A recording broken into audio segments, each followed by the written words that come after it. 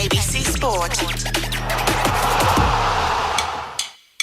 AFL. What a stage. This game is coming to life. The 2023 AFL Premiership season. The roar will tell you the story. Fans are on their feet. Can't believe what they're about to see.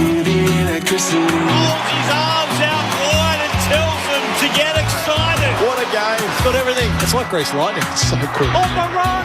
It's happening again. It's a whole new game. Cause here it comes.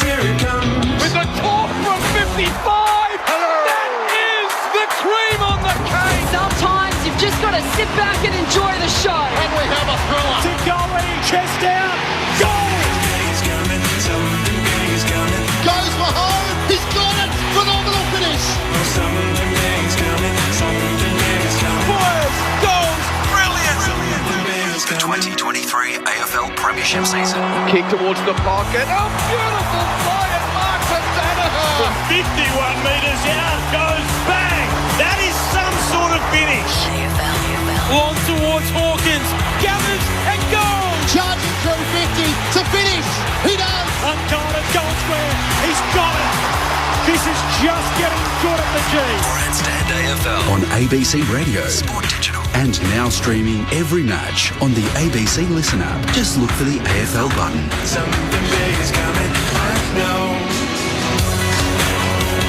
The conclusion to round 7 shapes up as an epic at the Adelaide Oval as the Never Say Die Magpies cross the border to face the emerging Crows. Adelaide could find itself in the top 4 by the end of the night, but it must overcome a Collingwood outfit eyeing off top spot for the first time since 2012. The Pies will be without star Scott Pendlebury, whilst Adelaide's Rory Laird is set to play after a calf complaint during the week. There are no late changes. The subs, Harry Schomburg for the Crows and Will Kelly for the Pies. Aaron Bryant's with you to call the action, and alongside me, as always, here at the Adelaide Oval is Neil Cross. Afternoon, Crossy.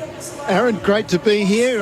It's a great feeling about this match. Adelaide, 5 straight wins they're going for. The last time they did that was back in 2017 when they made a grand final.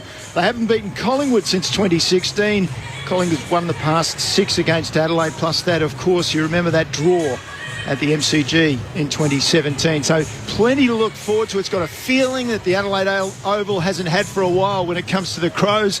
Hell, the television broadcaster has even got commentators here. So this is really something to look forward to. Everyone's rocked up for this one, Crossy. The expectation, we spoke to Tim Silvers on SA Grandstand yesterday, the Crows CEO. He expects over 45,000 in attendance. They're hoping for a big crowd. It would be one of the biggest we've seen this campaign outside of a showdown for the Adelaide Crows. We have to be cautious mentioning 2017 and 5 wins in a row, and if Adelaide can get back to a grand final, because it makes this man very excited alongside me, former Adelaide Premiership player Rod Jamison. Welcome, Jamo. Aaron, thank you. Crossy, yes, if it was anything like 17, I would get a little excited too, but no, it's good. Saw Hawthorn and Adelaide last week in Tassie, 8 minutes to go, thinking Adelaide have blown a chance here too, but to finish off like they did, Darcy Fogarty outstanding in the pocket, Isaac Rankin too, and get across the line, gutsed it out, good win, and just sets up a big game today. Gruelling game for the Crows in Tassie with that contested ball from the Hawks. And the other thing to note is Collingwood enter this game off a 5-day break, so both sides may be a little underdone. It's been a little drizzly out there as well, so we may get some high contested footy. Alongside Rod Jamison, Port Magpies Premiership player and coach Stephen Williams. Welcome, Steve. Thank you, Aaron. Howdy, guys. Yeah, looking forward to what should be a great game. Probably the game of the round. Collingwood, fantastic comeback. Win in that last quarter against the Bombers on Anzac Day, and the Crows they probably would have lost that game a couple of years ago, but they were able to get back and win one. But they didn't really play that well, so it's a real test. This is probably the biggest test for the Crows so far this year, and I think Jamo and I have both tipped them, so I'm expecting a pretty good game from them today. Jamo's the messiah when it comes to tipping in Adelaide, so it could be a good sign for the home side. That being said, Collingwood absolutely rolling through season 2023, and if it's a close game, you're back in the visitors, I think, considering their form. Oh, they've got great history too, haven't they, in the close ones. I think Crossy touched the last 6 times here in Adelaide. I think they've won 3 under 1 goal. So they just don't give up, which is a good sign of the way, the energy in which they go about playing their football. If you are just joining us around the country on Grandstand AFL, earlier Geelong defeated Essendon by 28 points. Tom Hawkins had a career-high 8 goals in that game after Charlie Curnow had 9 last night for the Blues. Patrick Dangerfield with 28 disposals. It's half-time at the Docklands between the Tigers and the Suns. Gold Coast lead by 5 points, 4-2-26 to Richmond's 2-9-21. If you do want to get in touch with us across the afternoon and evening, the text line, as always, 0437 774 774. That's 0437 774 774. Now, as I mentioned, the final teams are in. No late changes. Rory Laird at the moment has been named, but he did have to get through the warm-up. So let's head downstairs and check in with Liz Walsh, who's in the Crows camp. Liz. Thanks, Aaron. That's right. I'm here with Crows assistant coach Nathan Van Berlo. Nathan, the first thing Crows fans are really wanting to know is Rory Laird in or is he out? Yes, I just had a good chat with Rory and he's ready to go. So he's going to make sure he's well and truly warmed up. We held over Matty Crouch just in case. So unless something unforeseen happens right up until last minute, Lairdy's good to go. Talk us about his calf. How close did it come to him not being in the side today? Oh, look, it was just one of those tricky ones where there's, he felt some awareness, but he had some assurance from the medical team that he should be able to push through it and be okay.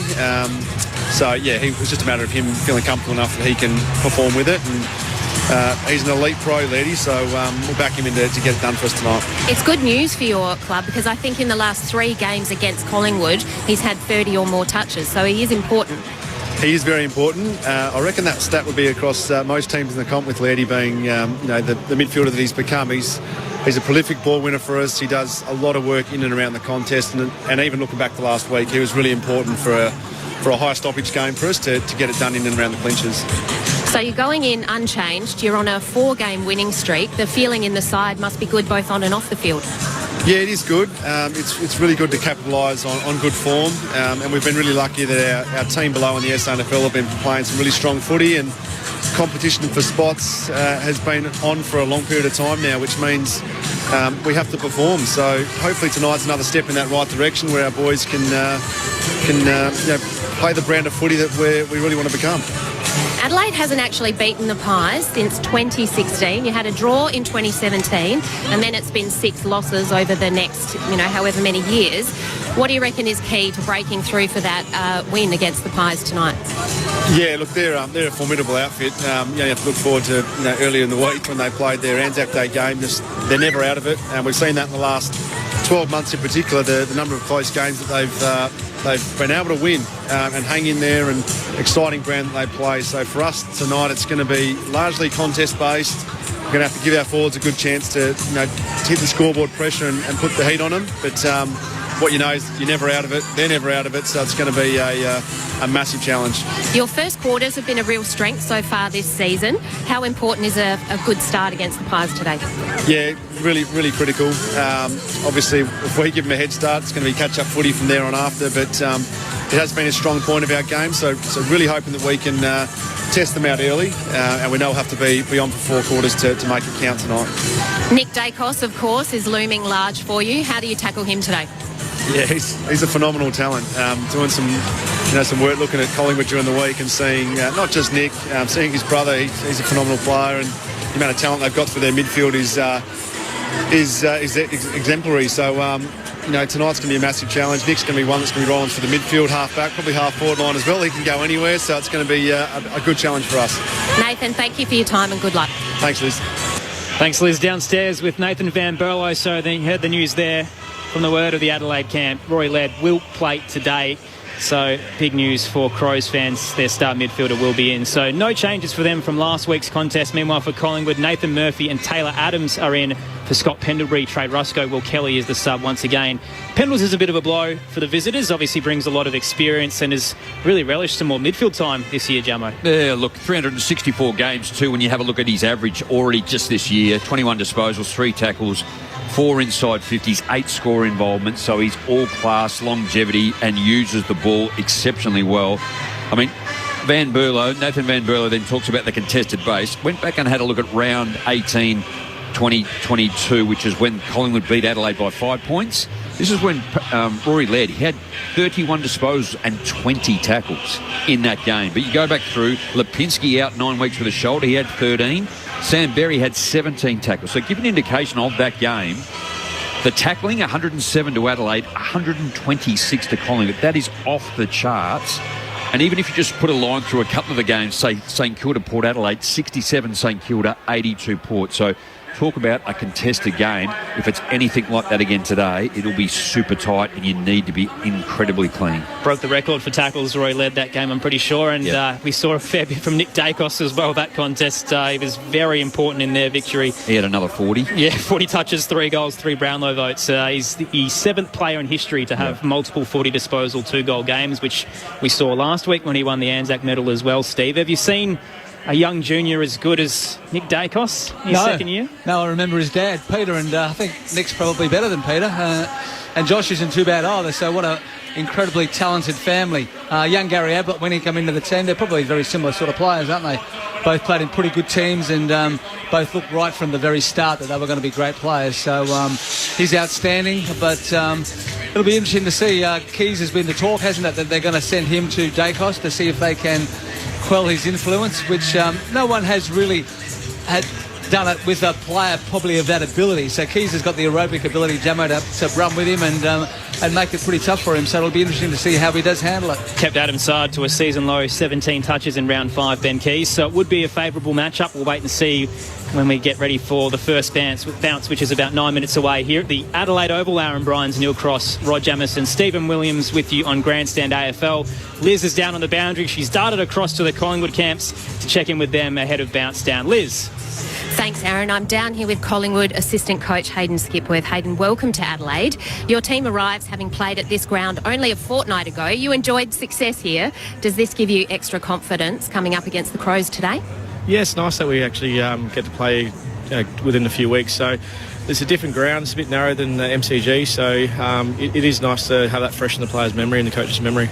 You're coming off a 5-day break, though. How have you dealt with that this week?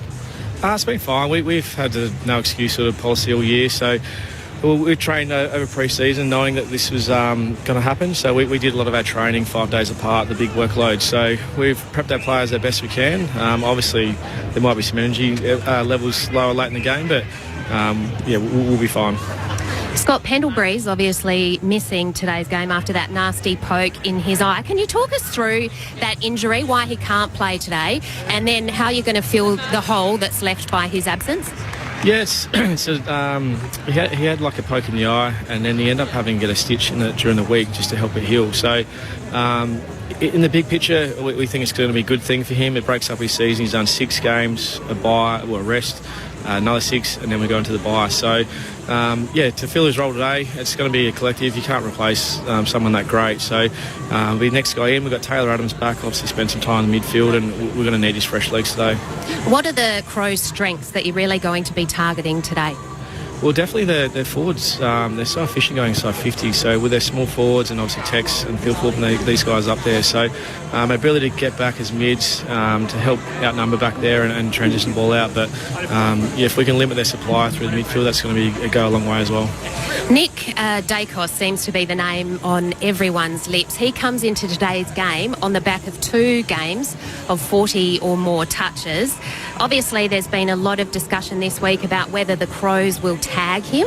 What are your expectations for what happens with him today? We think he's going to get tagged. Obviously, Keys is probably the one that will go to him. So, he's a fantastic player. He's had a really good second year and a good start to the season. So, the thing with tagging as well is we'll probably move him around a bit, put him through the mids and put him forward and through the wings as well. So, Port did it I think round 2 they did it, and sometimes we can tie the opposition knots by just moving them around, and they have to sort themselves out as well. So it's not as easy as you think tagging him, because he can play multiple roles, and he's so good himself. Is he ready for it today to be tagged? Yeah, he's ready. We prep him every week that to expect it's coming. If it doesn't come, it's just a bonus for him. But we won't get consumed by it on the day.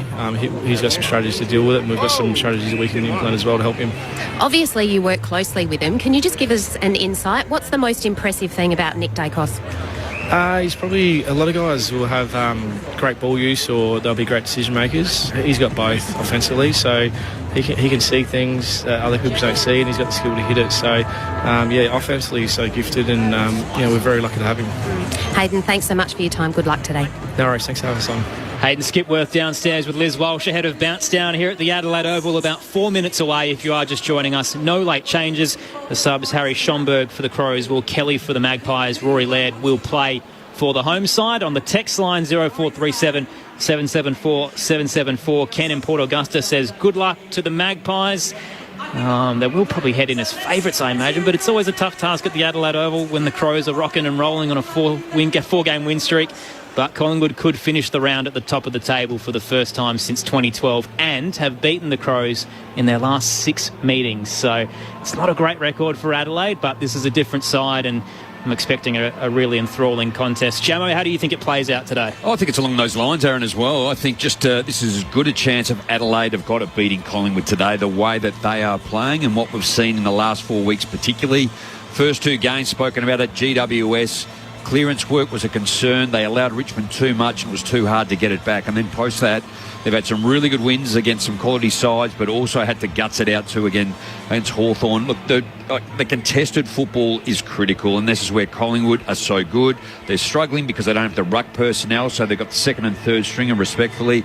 I think Adelaide can get on top in there, but the 2 areas are Adelaide is number 1, scores inside 50, and they're up amongst the top 2 or 3 for kicking efficiency. So I think if Adelaide are clean, get their hands on the footy, negate the clearance work, and then their defence is actually really sound, I think Adelaide can get up today. Particularly with the fact that there's no Cox or Cameron playing for Collingwood, so Billy Frampton has done a pretty good job, but yep. I would imagine that Riley O'Brien should be able to get a real ascendancy in there, and if you can give some good clearance work, particularly the way we've seen Jordan Dawson, the form he's been in and his ability to hit targets inside forward 50. Darcy Moore always looms as a problem. If you're struggling and just kicking the ball in long, he's just going to zone off, reads the ball as well as anybody as a key defender. And so if Adelaide can get some good quality ball from the clearance, get it into the hands of those guys that can really kick the ball, they'll be able to bypass him, and there's enough talent in that forward line, Jamo, to kick a winning score. I think Ash Johnson too. I think he's a quality forward for Collingwood. He gets up at the football and looks to do it rather easy. Nathan Kruger will do some ruck work as well. You're right. I think Adelaide will want to push Darcy Moore as far back as they can. They want to hit, I guess, Darcy Fogarty potentially on that lead up rather than just kicking in long to the square. Phil Thorpe, he just doesn't want to be in that area, and that's where Darcy Moore plays his best football. I think Jamie Elliott is dangerous, and he's had a couple of quite brilliant weeks. Yeah, and he's had a big... Well, he got 5 or 6 here one night. Yeah, too, he didn't did. he? Yeah, they got some really... They haven't got the big names up forward, the big, strong marking forwards, but, McCree's a really good player. Hill's a good player. Yep. Jamie Elliott, as you said. And then there's Jack Ginnivan, who also has the ability to kick multiple goals. Hoskin Elliott can pop in.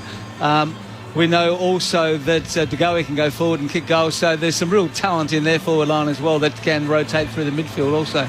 Just got to be clean. Slippery conditions here. We've had some drizzle part of the morning and then not just that long ago. So it'd be nice and slippery. It'll be firm. You'll get a true bounce. But I think conditions will be sticky enough for both sides to be able to use the football cleanly. Looks set to be a bumper crowd as well.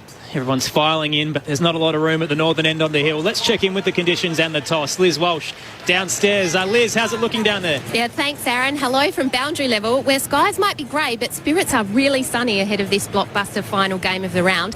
You're right, it's been drizzly all day, but it seems to have cleared for now, thank goodness. The breeze is almost non-existent, and it's currently 16 degrees. You're right, the crowd's really building. Tim Silvers might get his wish of 45 plus. They've all just seen Adelaide win the toss, and they'll be kicking to the Riverbank stand end of Adelaide Oval. Quickly looking to the benches for you, and for Adelaide, Lockie Murphy, Riley Philthorpe, Rory Sloane and Wayne Millerer will all start on the bench. Harry Schomburg goes in as the Crows' tactical sub, while for Collingwood, Tom Mitchell still side bottom. Jack Ginnivan and Oleg Markov will start on the bench. Will Kelly is their tactical sub. There's a lot on the line to finish round 7. Both these clubs would love a statement win over a finals contender. Collingwood eyeing off top spot. The Crows could finish in the top 4.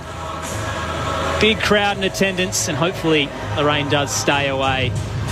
Aaron Bryans, Neil Cross, Rod Jamieson, Stephen Williams, Liz Walsh with you for the call. The text line across the afternoon, 0437 774 774. Rowley's texted in and says, just saw a rainbow in the Adelaide sky. I think it means Nick Dacos just put his boots on. Strap in, folks, for what's going to be a ripping game. Neil Cross to kick us off at the Adelaide Oval. And that man, Nick Dacos, starting in the middle of the ground, and as predicted, he has Ben Keys for company. The ball about to go down in what shapes as a really entertaining contest between two sides in form. O'Brien got the first tap down to go. He got the first hand pass out to Crisp for Collingwood. Frampton from the ruck, got it on the wing, sent it down to half forward for the Pies. Coming out was Murray for Adelaide, then Michael Annie by hand, and then the hand pass missed from Smith going to Laird. It'll be kicking in danger though. Collingwood conceding the free kick. It'll come back. No, it won't. No, it's gone for taking the leg, so a little bit stiff. But that's the new way that they're interpreting that rule, so probably fair enough. Brodie Smith slid in and took out the legs of Ash Johnson, who was a little proppy getting back up, but he'll take his kick. Heads wide to Josh Dacos. He's at right half forward. Ben Keys starting on Nick in the middle as well. Josh pops it into the scoreboard pocket. He's looking for Frampton, had 2 to beat. Getting back. Laird stuck a hand out to bring it to ground, then gathers. Hands it off to Rochelle. Adelaide will exit defensive 50 to Saligo. He's at the defensive edge. Out wide now to Jones. Close to the boundary line. Goes for a low rolling ball. Fogarty slides in. Can't collect with Murphy on his tail.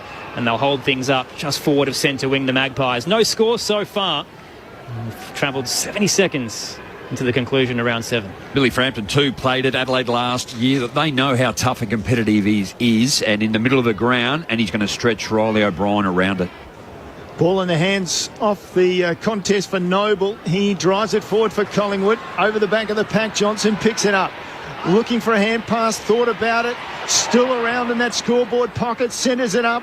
Hinge was under it, 2 grabs, took the mark for Adelaide. Right at the top of the goal square, John Hinge with the ball, rather. That's not John Hinge, that's his brother. So Hinge is about to drive the ball. One game he played, and it would get Collingwood too, Crossy, I think. Did his hamstring badly, John Hinge. So Mitch Hinge has got it out onto the wing to Walker, and then his inward ball was very good. Rochelle marked uncontested, turned and looked to the broadcast swing. It was poor. Floated in the air, gave Hoskin Elliott time to get back. Take the intercept mark at the defensive edge of the square. He'll kick towards the benches and find Beau McCreery. Fair few South Australians out there for the Magpies. McCreery, one of those. And the coach. South Adelaide product. He heads up towards centre half forward. Packer waits, so Brian's got some space to float across. Couldn't bring it down.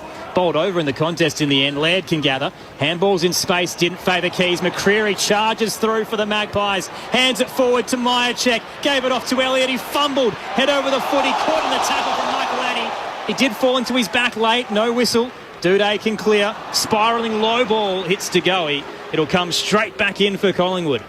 Good push. Max Michael Annie then, just his composure again to sit and not give away a free. De Goey handball off to Maynard. He goes deep inside forward 50, off hands it comes. And Chase Jones wins it away from Dacos and got the hand pass received, and then off he went to Saligo with a scrummy kick, but it wasn't too bad in the end. Saligo picked it up, and then Rochelle takes the mark outside defensive 50 for Adelaide. Centres the ball straight away. Picks off Hinge. Hinge kicks right across this centre square. Good kick finds Pedler at half forward. Plays on immediately. Long ball looking for Fogarty or a goal. And it's away to the left for the minor score. So Adelaide first on the board with that break from their defensive area. And Collingwood quick to bring it in through Moore. Comes out to this broadcast side with his kick. Intercept by Duday. Did well to float across and bring it to ground. Gathers and gives it to Scholl. Tried to get it back to him. He was running the other way, though. Bounces towards the boundary line, and Hoskin Elliott will have scored it over. Just a bit too heavy, that kick from Pedler. Fogarty was all alone, running back with the flight, and wasted opportunity for the Crows, Jamo. Oh, we're privileged where we sit, and it just unfolded. He just had to put it over in front. He had a shot on goal, I don't think he was looking for Fogarty, which is then lower the eyes and have a really good look. Inside 50s, 5 to Collingwood, and that was the only time Adelaide have been. Adelaide by a point early. O'Brien won it down. Dawson, a rare fumble, couldn't gather. De Goey slapped it straight towards Rochelle, who gathers from 45 low. Spearing kick around the body. Hit Murphy, who gathered on the bounce. Clears it out towards the broadcast wing. Myercheck leading out at the front of the pack. Missed it. Straight through him. The footy. Butts got a handball out. It's held up in front of the benches. Side bottom caught in the Duday tackle. Another ball up to come. Highly contested footy so far. Neither side with any ascendancy. On the text line, Tony in Warrnambool says, danger game for my Pies. Had to work very hard to defeat Adelaide last year. O'Brien with a tap down. Ball found its way to the ground and Josh Dacos just socketed it towards centre wing for Collingwood. On the ground, Duday gave it to Michael and he trapped straight away in a tackle from Adams. Umpire says, come, give it to me. So a ball up between half forward and centre wing for Collingwood, attacking that scoreboard, the old scoreboard end of the ground. Adelaide by a point, 5 minutes in. Goes to ground, side bottom gathers and flicks a handball out in the path of Nick Dacos. Keys is all over him. Going to be hard to get a touch today. Speaking of holding, free kick to go to Tom Mitchell. Just kept away from the contest. He'll receive the free kick just behind left half forward. There's no one on the mark, so he can march towards the arc, take a bounce and head towards the top of the goal square. O'Brien can float across again, misses the intercept mark, bounce straight out of his hands. Elliott again couldn't get there, and Murray can throw it on the boot with a high ball just to clear it out towards the broadcast wing. Entangled is more and Fogarty. High free kick to go Darcy's way. Adelaide just behind centre wing. A Fogel look on the 45 to Laird. Didn't give it to him in the end because the umpire had to call him back. Finally he does. Uncontested mark just forward of centre wing in front of the benches for the Crows. If I can go now, it's Taylor walking on Quain, or he's just put it in the air. Adelaide are taking too long. The little chip to Scholl. He tried to go over the man on the mark, Crisp, who intercepted. Gave it off to Moore. Down the line he goes. Another intercept mark, this time by Duday for Adelaide. Inboard, he had three options. And he found Keys, who now is taking his time. Keys running with Nick Dacos, who was well off him then. And this is how the Collingwood player can be hurt.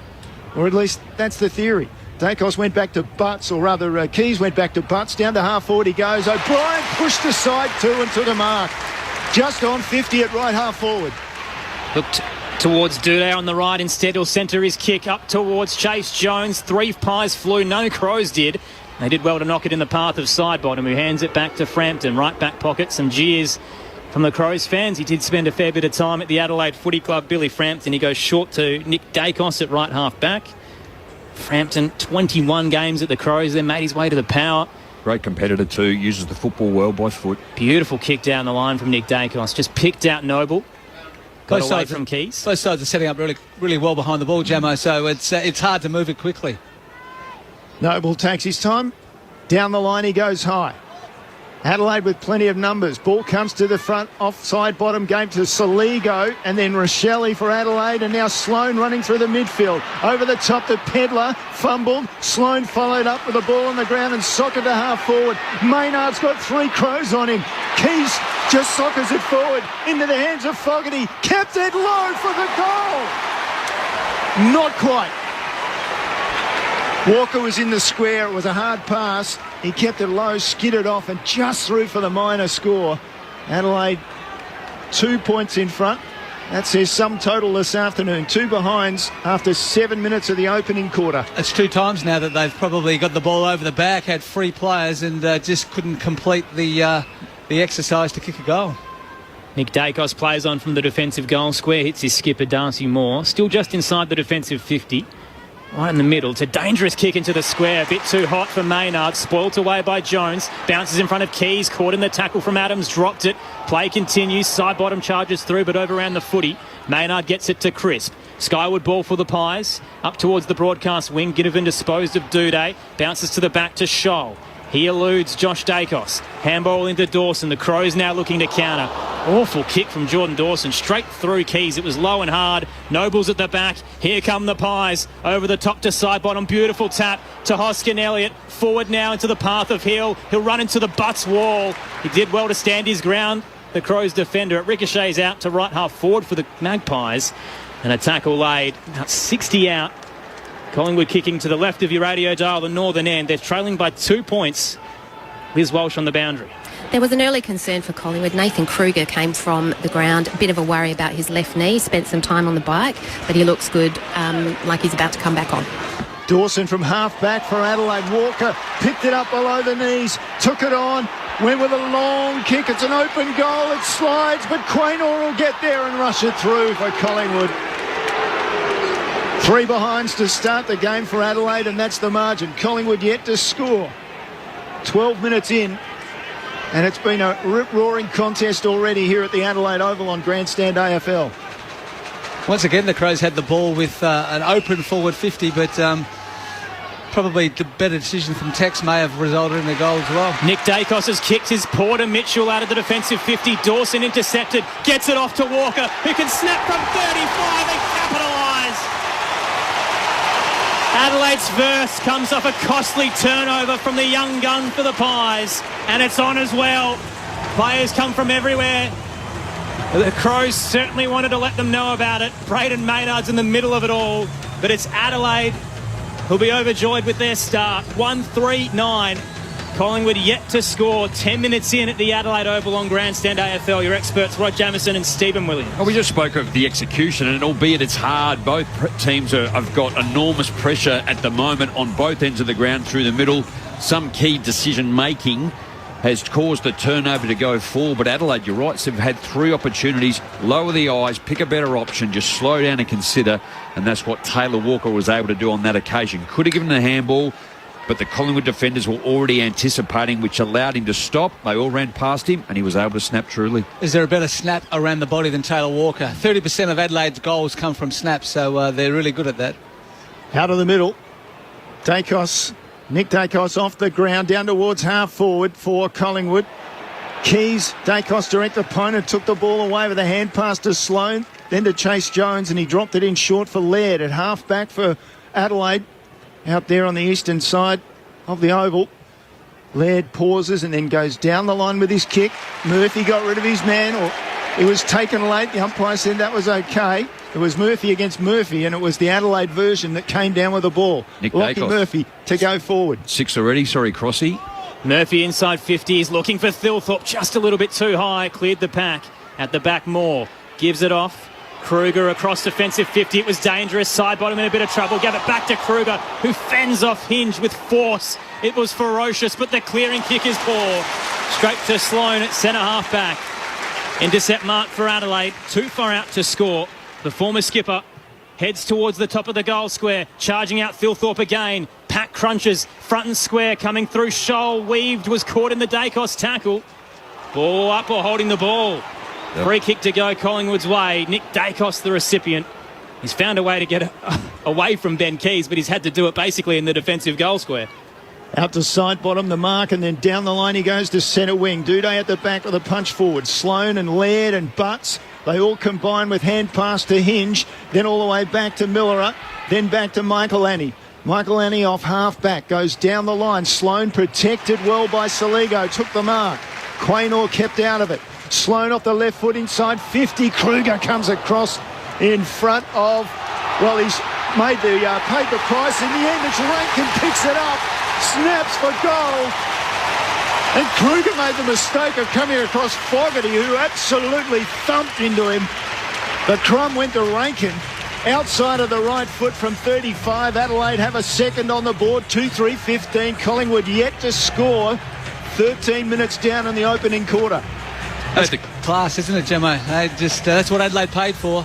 A young man that when he gets the ball in his hand, he doesn't panic. He had Collingwood players around him, but he just was able to weave through, brush a couple of tackles off, sell the dummy, and then just finish with a beautiful off the outside of the boot. So great goal, Isaac Rankin. What about Nathan Kruger? Did the right thing. You called it, Crossy, as well. Here's a bloke who 196, 98 kilo. Darcy Fogarty just smashed into him. Took some time for him to get up, so he felt how hard that was, and again, just the ability to be able to bring the football to ground and create something. Crows by 15 in the middle. O'Brien wins it down, bounces in front of Laird. He's caught up in the Degoe tackle. It was in the back. The whistle will come late, and Adelaide will take the free kick as Chase Jones hands it back to Rory Laird. And a couple of concerns. The knee knock last week, the calf during the week, but he's playing and looks okay out there. Heads wide to Duday, long ball inside 50, just hit for territory. Murphy came out, should have taken the uncontested intercept, instead put it down. Now Noble's wrapped up by Murphy. Ball up to come just inside or just outside the attacking 50 for the Crows. Over at the Docklands, the Suns by 17 points, 12 minutes into the third over the Tigers. If you do want to hear it, jump on the ABC Listen app and hit the AFL Extra button. Lockie Murphy did that really well for Adelaide. Nathan Murphy was flat out coming to get the footy, and he was worried about the contest coming the other way. Great tap from O'Brien, found Chase Jones, top of the goal square. Thilthorpe brings it to the front. There's a tackle there by Rankin on Quaynor. Ball comes loose, picked up by Laird. Hand pass off the Keys. Hand pass was a throw, said the umpire, as he gave it to Rankin, who now kicks the goal and gives away 50. So Rankin, I think, perhaps knew what he was doing there, because Sidebottom had a word to him. He just tapped him on the backside and had a bit of a laugh. Yeah, no question. He knew that it was a free kick, but he's looking very dangerous up there. So it'll be Murphy, the Collingwood version, to take the free kick. Goes wide to Noble, and further wide now for Josh Dacos. Through centre wing, he heads up to right half forward. Ginnivan from the side, a bit too high for him. At the back, Murray, under a bit of pressure from Johnson. Ginnivan charges through and gathers, snaps towards goal. It's a tumbling footy. Miller will wait back and double fist it through. For Collingwood's first score of the afternoon are behind. They trail Adelaide by 14 points, 15 minutes in. On the text line, Rory's flicked us a message. He said he's a blind listener. Privileged to call for you, Rory. He says it's my birthday on Tuesday, so a Pies win would be an extra special present. Oh, well, happy birthday. Nick Dacos with 7, Rory Laird with 7. Adelaide moving the ball with precision and short passing. They've found Fogarty now on centre wing. He goes with a pass between two Pies. It was dangerous. Quaynor came over the top of Murphy near the boundary line, eastern side, and takes the mark at right half back for Collingwood. Goes back towards Moore, just outside defensive 50. The switch is on. Goes across to Maynard. He marks 35 from goal. Continues the switch. Running wide is Markov. Hand pass down the line. He goes near the interchange gates to Sidebottom. Further afield, McCreary goes long with his kick inside forward 50. Duday comes out over the top for Adelaide. Knocks it towards the boundary line. And out 25 around from the goal face left forward pocket for Collingwood. Tommy Duday's been outstanding, hasn't he? If he hasn't taken the mark, he's certainly got his fist to 3 or 4 of them. At the moment, 9 inside 50s to Collingwood. They were 5-0 before Adelaide went in. Now it's 10-9 in favour of Adelaide. Tom Duday has lost 8% of one-on-ones this year in the defensive 50. Incredible. Toss back in. O'Brien got front position, tried to take it out of the ruck against Kruger, but fumbled. Spills out. De Goey got a handball underground for the Pies to Mitchell. Now crisp. Sidebottom will centre his kick 30 out, but Miller is waiting in the hole. Gathers on the bounce, gives it to Murray. Jones, now Sloan in a bit of trouble. Somehow got out of the phone box to Laird. Booming kick out to the eastern side. Fogarty in a one-on-one with Noble. He's wrapped up, drops the footy, keeps fighting for it. Quaynor wrenches it away though. Handball back to Mitchell, now Josh Dacos, and over the top to Noble. Heads to right half forward. His kick is too high again from McCreary. They're not hitting their targets. And are scored over the boundary line by Tom Duday. It's Adelaide by 14 points. 2-3-15 plays, one behind, approaching time on. Just really good pressure from Adelaide. Every time Collingwood have got the ball, they've got Adelaide players at them, throwing arms at them, making it really difficult. And even when they're clear, as Noble was then, he was unable to hit the target because of that referred pressure. What's happened here? Blood rule, Jamie Elliott. Yeah, it would be Elliott coming off the ground and Markov coming on. So all the long sleeves just changing position. Ginnivan goes down to where Elliott was. Markov up the ground now. Great story I read about Markov where Craig McRae phoned him after he'd finished up at the Gold Coast and said, come on down to Collingwood and have one more crack at it. And he's played the last 3 or 4 games and he just adds that speed and flair to the back line. 51 games between Richmond and Collingwood, and he'd given it away all but. Now off the ruck contest, O'Brien handballs. De Goey took on Saligo, who got him. Forced the ball up just outside attacking 50 for Collingwood. Ball comes off to Mitchell. His kick smothered. Interesting hand pass from Dawson. Turns it over. It's fallen to Dacos, who gave it back to Noble. Inside 50 again goes Collingwood. Adams off the pack at the front. Took it for Collingwood. And then his kick was bad off his left foot. Adelaide able to come away through Saligo. Bad hand pass. Ginnivan had it. Ginnivan took that on the tackle. Surely he dropped the ball. Umpire called play on. It's caught under players. And the umpire will circle and come in and ball it up inside 50 for Collingwood. It's Riley O'Brien for Adelaide played that really well, didn't it? Ginnivan came in and wanted the high tackle. He rolled with it. O'Brien takes it out of the ruck contest against Kruger, but again loses it in the tackle. Kruger, a little ginger, may have hit a finger in the process. doesn't look too happy as we'll get another ball up. Saligo tackled by Tom Mitchell. Still feeling it from Darcy Fogarty's smash. O'Brien again wins it down. Degoe charging through it. Bounced off his chest in the path of Ginnivan. He's wrapped up in a tackle by Michael Annie. Still not really going anywhere. We're about 30 out scoreboard pocket. Inside Collingwood's attacking 50. You're going to have to be really clean around here. There's so many players that as soon as you get the ball, you got players getting at you. It's just got to be nice, quick hands to get a free player. Punters shoulder to shoulder on the heel. O'Brien won it down. Gathered though by Crisp. He kicks towards the top of the goal square. Johnson was the target. Spoilt away. Rolls towards the boundary line and Michael Annie will have scored it over. It'll be tossed back in. A bit closer now to the Collingwood goal. About 15 out in the right forward pocket. Liz Walsh is on the boundary. As you mentioned, Jamie Elliott came from the ground with the blood rule. He had quite a deep cut above his left eye. He's just gone down into the rooms in the hands of the doctors to get that patched up. O'Brien dominating the ruck contest. Wasn't a great pass that time or attempted tap that time. It went down to Josh Dacos, and from the boundary he had a shot. Jamo was excited for a moment, but it was through. I thought that was for the going minor through. score. Yeah. That would have been an amazing goal. So 2-3-15 Adelaide, Collingwood 2 behinds. 13-point margin. Brodie Smith heads to right half back for the Crows. Butts did well against side bottom. Takes the contested grab. Right half back. He'll look inside. Millerer. And now towards the square. Dinks it on the 45 to Laird. Back towards the defensive 50 to Murray. They're switching out to the eastern side. Michael Annie marks at left half back. So many great young stars in the game right now. And Michael Annie just floating under the surface as a sneaky rising star option. Saligo marks. Looks inside. Hits up Laird. Just outside the centre circle. He'll now head to the broadcast wing. Butts marks all alone. They've switched it again. Out to right half forward. Getting some space. Murphy takes the mark. Gives it off to Scholl. Spears it into the 50 to Rochelle. Amazing ball movement. They went wing to wing. And Adelaide hits Josh Rochelle 45 out. 45-degree angle to the right. Just refused to be rushed and kick the ball long. They just held onto it. Found loose players and were able to move the Collingwood zone around and then bring it to the commentary side of the ground, and then Rochelle alone inside forward 50. Just great skills by the Adelaide side. 10-6 for the year, Josh Rochelle. He said earlier today, if he ever kicked a massive goal, he'd give us a backflip. Not sure this might be the moment for it, but could be an absolute bomb. From 55, it starts right, but it's not coming back. Minor score, 2-4-16. Collingwood 2 behinds, 22 minutes played on Grandstand AFL. Aaron Bryans, Neil Cross, Rod Jamison, Stephen Williams with you. On the text line, Mike from North Melbourne says, I don't like the Pies coming off a 5-day break. Adelaide are full of zest right now. So Nick Dacos kicks in, turns it over. Saligo just outside, attacking 50 for Adelaide. Squares the ball to the preferred kicker in Dawson. Man on the mark, Crisp, is standing on the centre square line. So Dawson looking for a pass. It comes over the top. That was a fluke in the end. Pedler took it on his chest.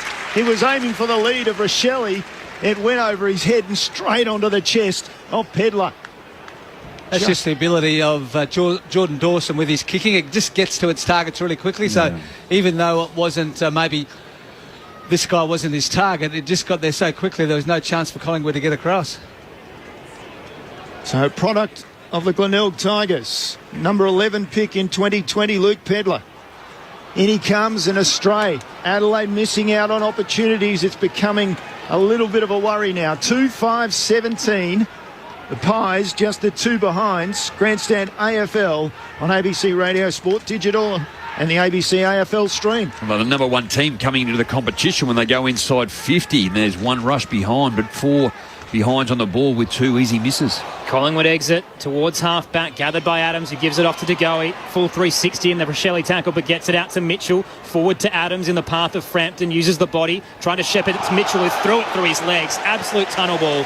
The umpire wasn't falling for it. Free kick to Adelaide in the centre square. They want to move it fast. Scholl, wide to Millerer.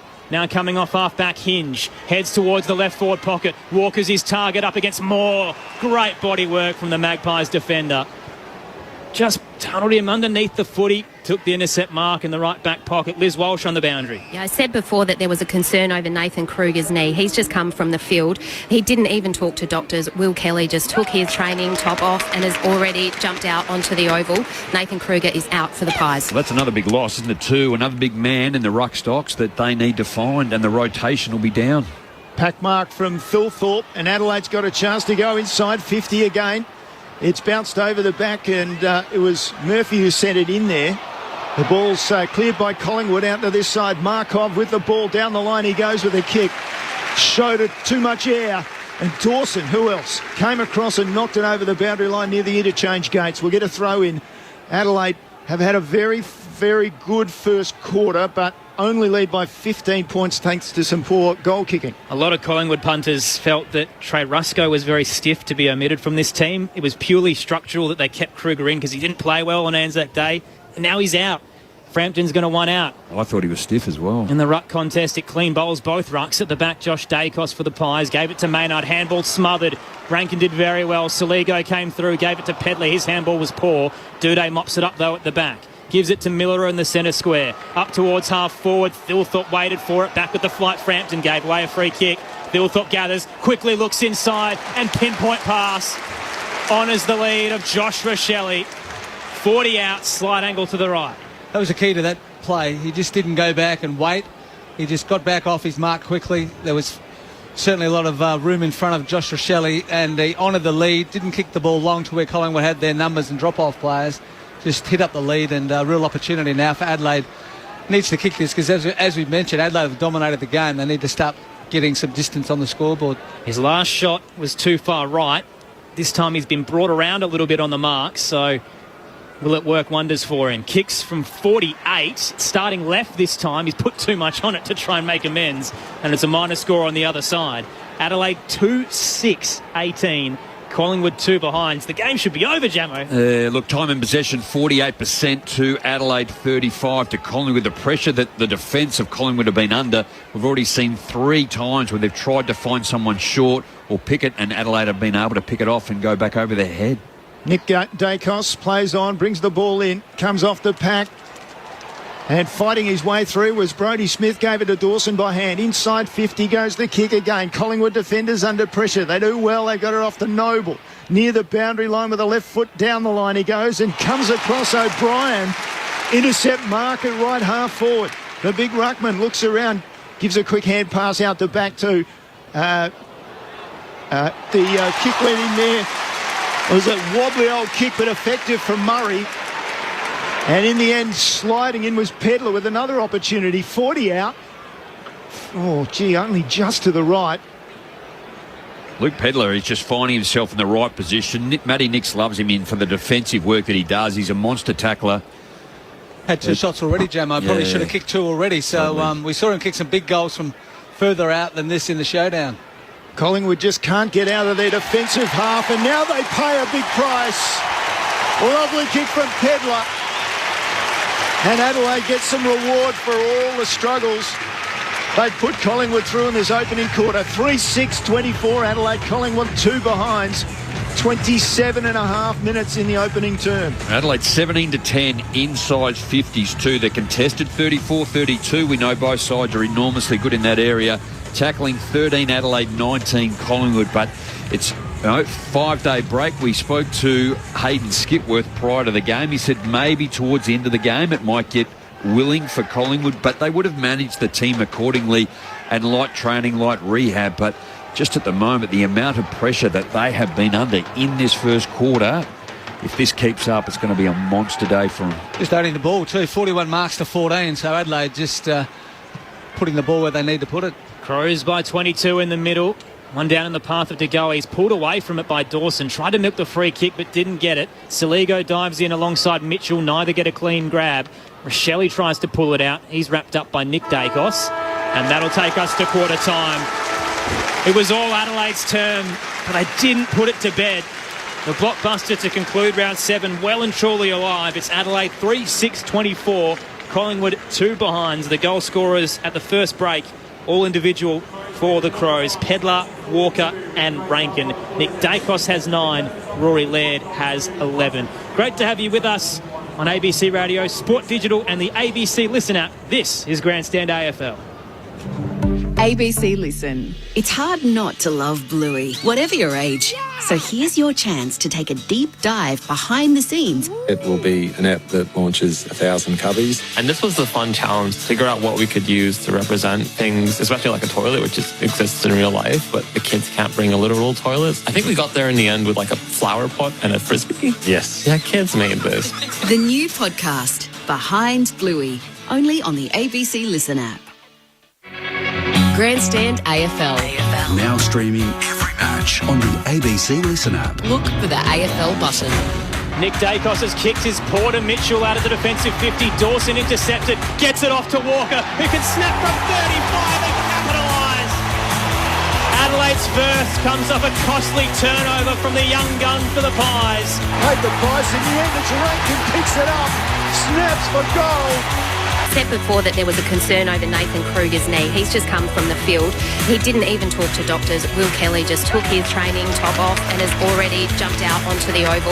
Nathan Kruger is out for the Pies. It was a wobbly old kick but effective from Murray, and in the end sliding in was Pedler with another opportunity. 40 out. Collingwood just can't get out of their defensive half, and now they pay a big price. Lovely kick from Pedler. The 2023 AFL season. On radio, ABC Sport Digital. and now streaming on the ABC Listen app. All the momentum with the home side at the Adelaide Oval. It's the Crows by 22 points at quarter time. 3-6-24 to Collingwood's 2 behinds. But 13 of the last 21 games that Collingwood have played, they've won by 14 points or less. And the Crows have not closed the door on them yet with their inaccuracy. So we've still got a ripping game on our hands on Grandstand AFL. Aaron Bryans, Neil Cross, Premiership players Rod Jamieson and Stephen Williams with you, and Liz Walsh on the boundary as well. Over at the Docklands, it's approaching three-quarter time, and the Gold Coast Suns look like they have Richmond's number. They're up by 22 points, 9-3-57 to 4-11-35. Ben King has 4 goals for the Suns there. If you do want to hear the game, jump on the ABC Listen app. On the text line 0437 774 774, Tony says Rusco played too well against Essendon to have not held his place. Kruger had returned from injury and it may come back to bite us now. He's obviously subbed out of the game for Will Kelly. And Granton Hobart says enjoying the call while washing the car, and maybe a Carlton supporter, but how is it fair that Collingwood and the Bombers had to play today on a 5-day break?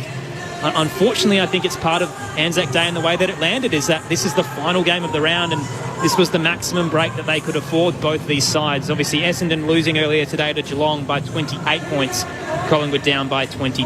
Jamo, Steve, how did you see that opening term? Well, I think it's an interesting argument if you just want to explore that a little bit. Like even do State of Origin rugby, don't they? Like they play weekend, play Tuesday, Wednesday. They want to play Anzac Day. They say it's their game, so you play it and you put up with the inconvenience. That's how it goes. But Adelaide have just been all over them, haven't they? They've been outstanding the way that they've used the footy.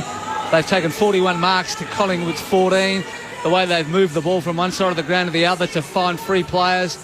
They haven't just blazed inside their forward 50 and let Darcy Moore just drop off and mark the ball. They've been really precise with their movement. We've seen Rochelle have 2 pretty simple shots a goal and missed them. Pedler's had 3 shots for 1 goal too. So although they lead by 22, they probably should lead by probably close to 40. They've dominated the game so much. So they look like they've got Collingwood's measure, and the fact that Collingwood don't have a lot of big players up forward, we've seen them go long and strong into their forward half, and there's nobody there that can mark the ball, and even bringing the ball out of defence when they go long down the line, it's basically Brodie Myercheck's the tallest player there, and Riley O'Brien's just marking the ball at will, and Phil Thorpe as well. So it's really hard, even though it's only quarter time, Jamo, it's really hard to see where Collingwood can get themselves back into the match. Well, certainly the hit-outs too, which we know Collingwood are struggling in that area. It's 13-2 in favour of Adelaide, but where Collingwood get on top is the clearance work. It's 10-4 in favour of them too. So there's no, they're not struggling to get their hands on the football too, but when you have a look at, obviously, Nick Dacos when he's in the middle there, Tom Mitchell's had 8, Sidebottom's had the 6 to go, he's had the 4. It's Taylor Adams is probably the quieter of that, and he's just coming back in after a week off as well, and he's had the 3. So, but for me, I think the defence has been good. Jamie Elliott came off.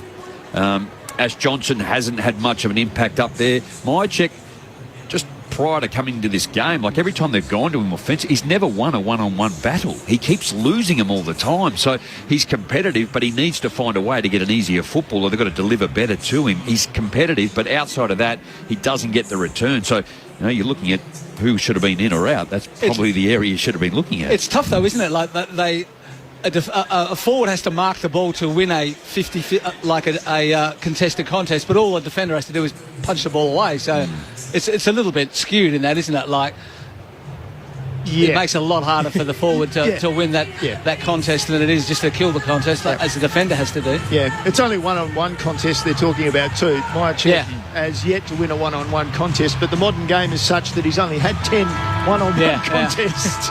Kicked 11 goals as well so far in Collingwood's campaign. They're down by 22 points. 3-6-24 the Crows. The Pies just the 2 behinds here at the Adelaide Oval on Grandstand AFL. Second term underway. Billy Frampton in the ruck. Nathan Kruger subbed out of the game.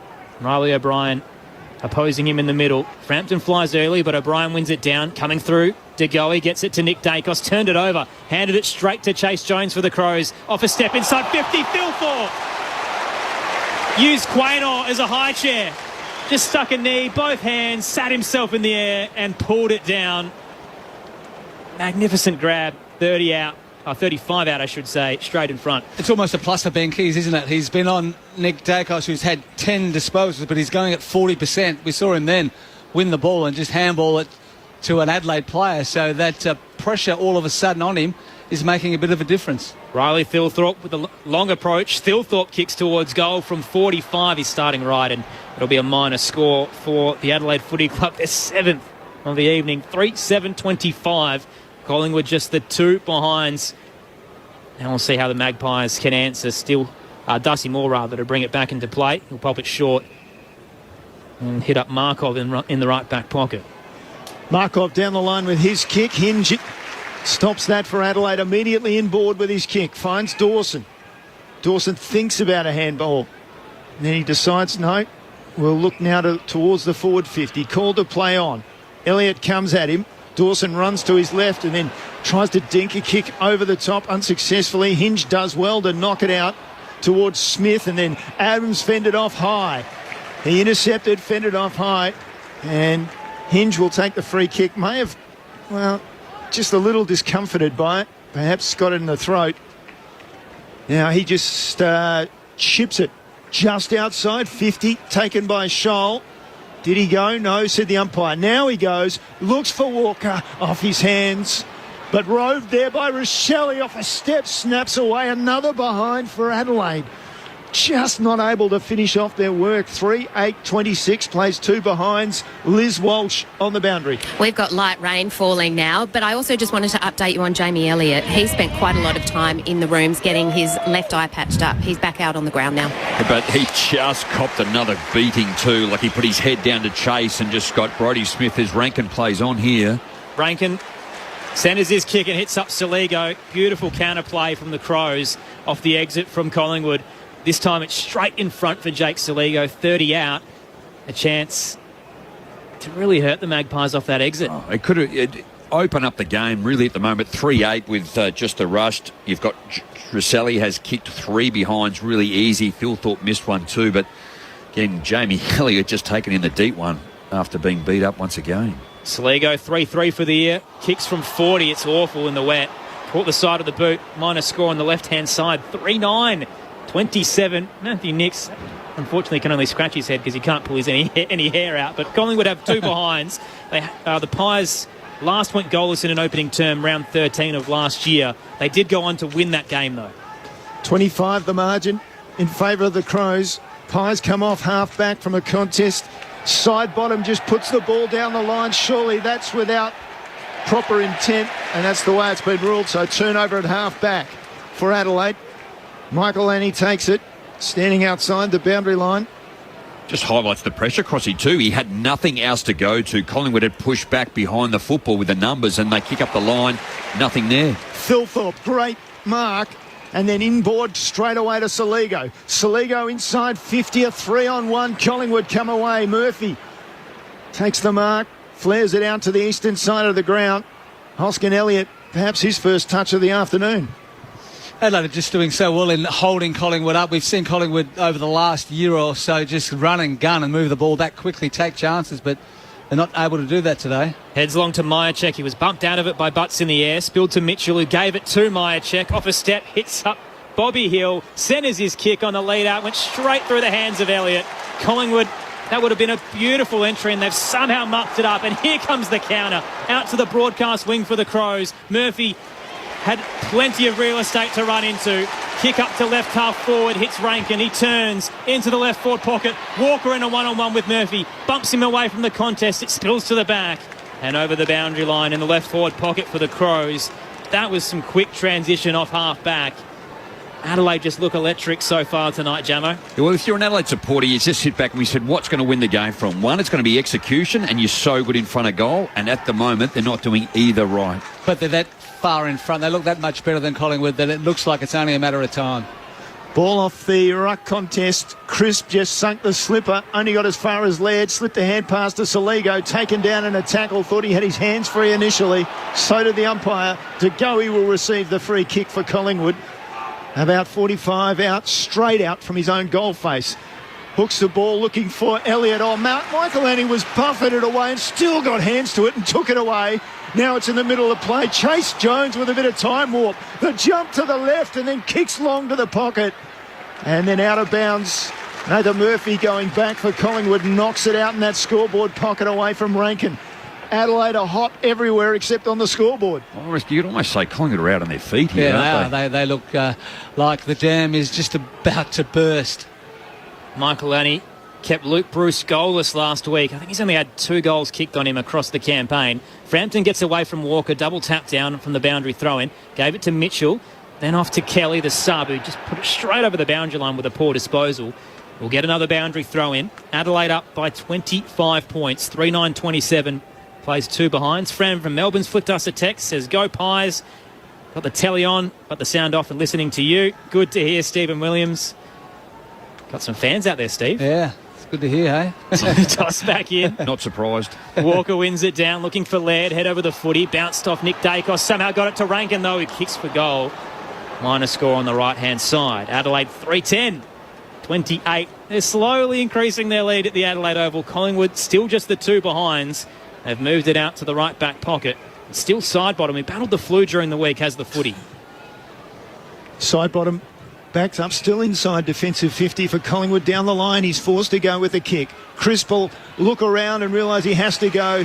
And Dawson comes over the top for Adelaide and pummels the ball over the boundary line for the throw-in. Just ahead of centre wing for the Crows.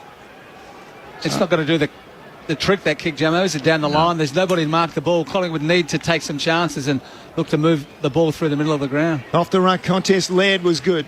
Scholl thought about going with his left leg, then decided to give it to Dawson. Hand pass to Laird, then back to Hinge, and he goes off his left foot, and it slides off the outside and out on the full. And Steelside Bottom's enjoying these easy kicks. He's got another one. Well, it probably reflects how well Adelaide are playing at the moment too. Like Collingwood do love to go through the centre of the ground, and at the moment they're not even looking to go down there. The defence is setting up. Again, Collingwood look tired. They can't get ahead of the football. There's certainly no run or rebound coming from behind. Nothing to offer for side bottom, so he bangs it towards the centre square. Spoilt away from a couple of Magpies. De Goey gathered and was run down in the tackle. Holding the ball. Dawson got him. The Crow skipper plays on, wheels around from De Goey, who remains on the ground, kick into the 50, hit Walker on the bounce, gathers, doesn't know what to do with it, thought about a handball, finally kicks across the goal face, nearly hit Thilthorpe, who turns straight to the Moore wall. Tackle 25 out, will go to ground, ball up to come. Walker should have just gone for home there. He had way more time than he realised. That's his specialty kick, isn't it, across the body like that? I thought Tex would have nailed that one for sure. Tossed up, scoreboard pocket. Thilthorpe in the ruck contest won it down. Straight to Crisp, though. Hands it back, little 1-2 with side bottom. Clearing kick, a boomer up towards the left half-back region. Bounces for Butts, who's caught in the Myercheck tackle. And over the boundary line, it'll be tossed back into play. Just on Jack Crisp. This is his 195th consecutive match, which takes him to 6th for all time. It's been good. I like the way he plays too. He does carry the football, carries the lines, good with his left foot. 7-1 inside 50s in this quarter alone, Adelaide's way. Ball comes back into play. Collingwood need a break. They get it through Dacos. Nick Dacos down to half forward. Butts gets it away. One-on-one contest with Myercheck. He's lost another one. Out wide for the kick to Miller against the boundary line. He can play on. goes down to half forward with the kick. And forced off the ball was Thilthorpe by Moore. Collingwood take it away. Side bottom goes back to Quaynor. He tries to chip it down the line successfully. Finds Crisp just behind centre wing on the eastern side of the Adelaide Oval. Looks inside. Little 45 kick to side bottom. Thought about giving it back to him on the run. Instead, he'll hold things up. Adelaide has flooded back. And again, there's not a lot to offer. Finally, he goes short to Crisp, waiting in the centre circle. He turns and heads to the broadcast wing. Finds Markov, one of the 6 South Australian products out there. Turns and hits Kelly. The sub again for Collingwood.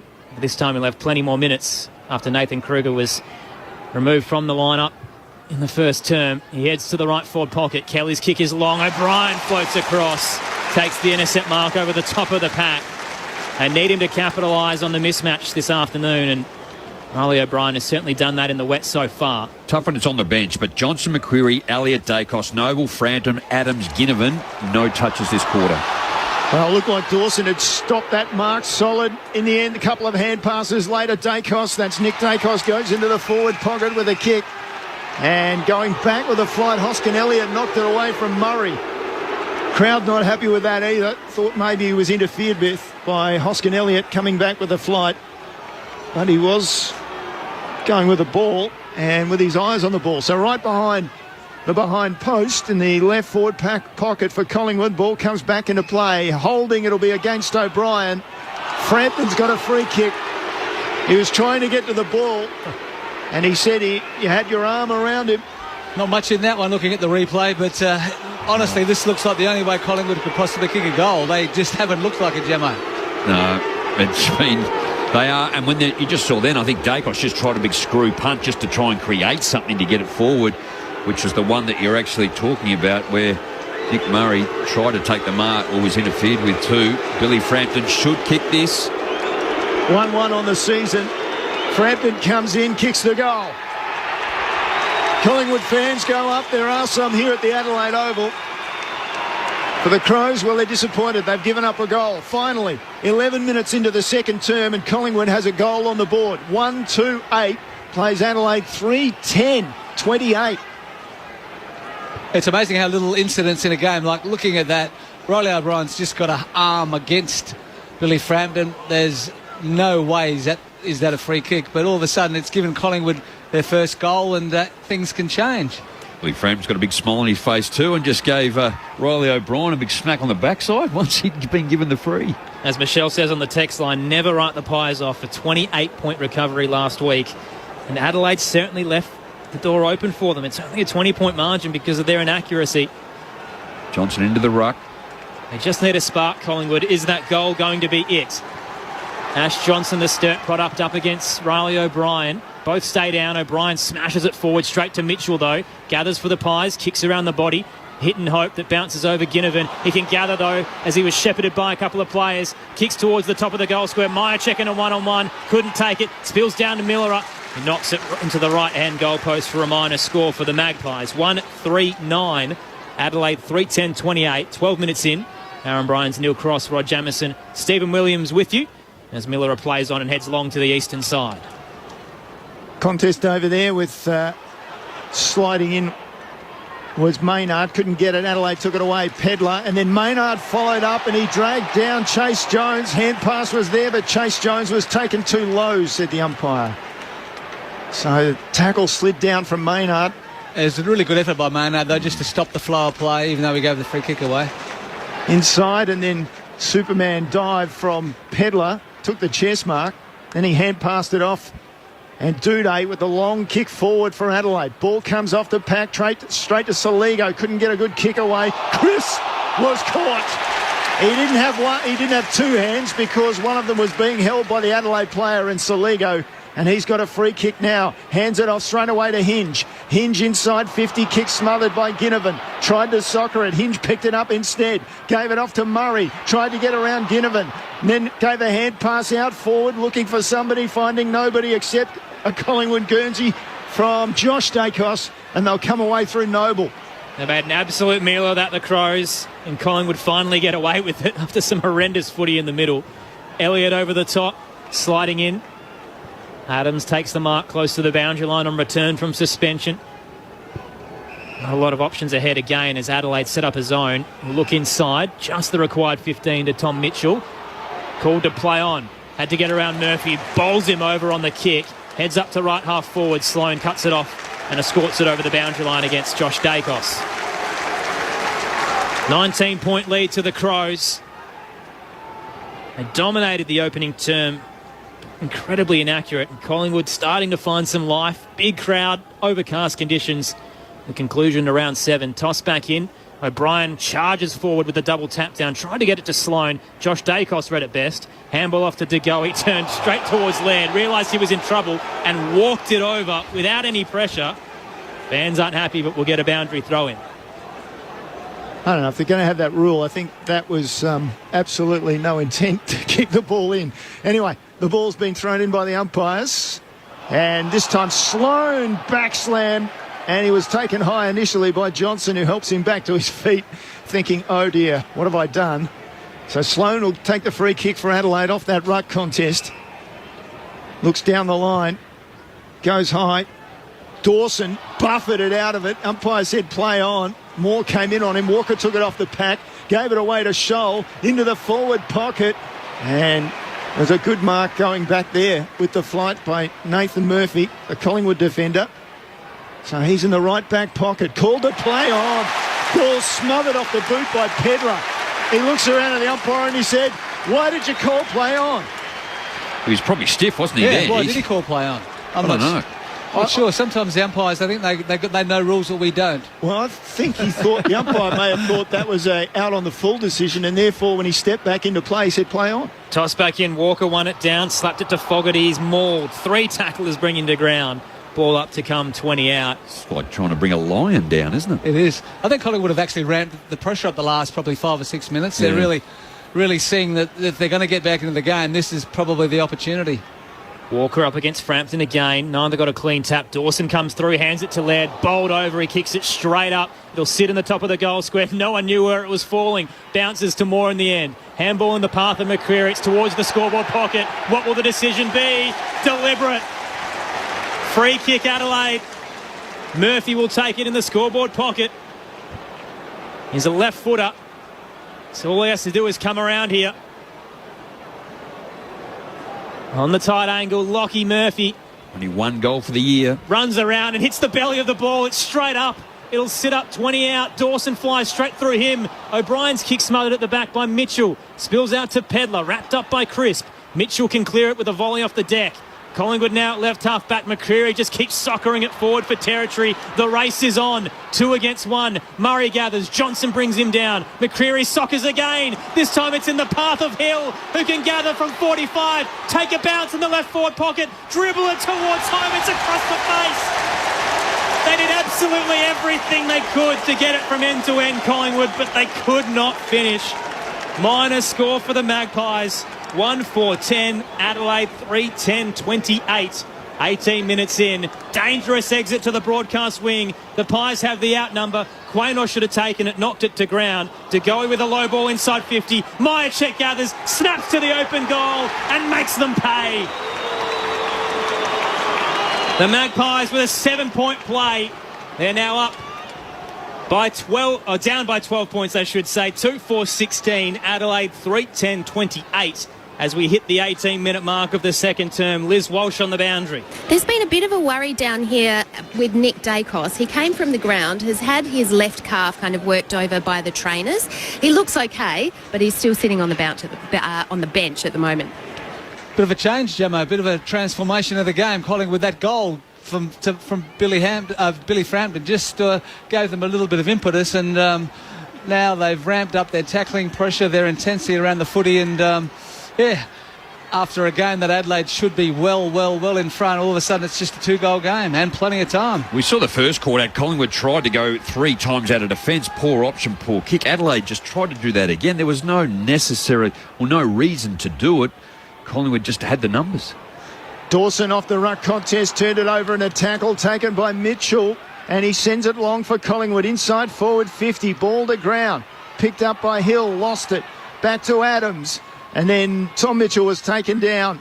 Adelaide will get it away through Duday. Sends it wide to the eastern side.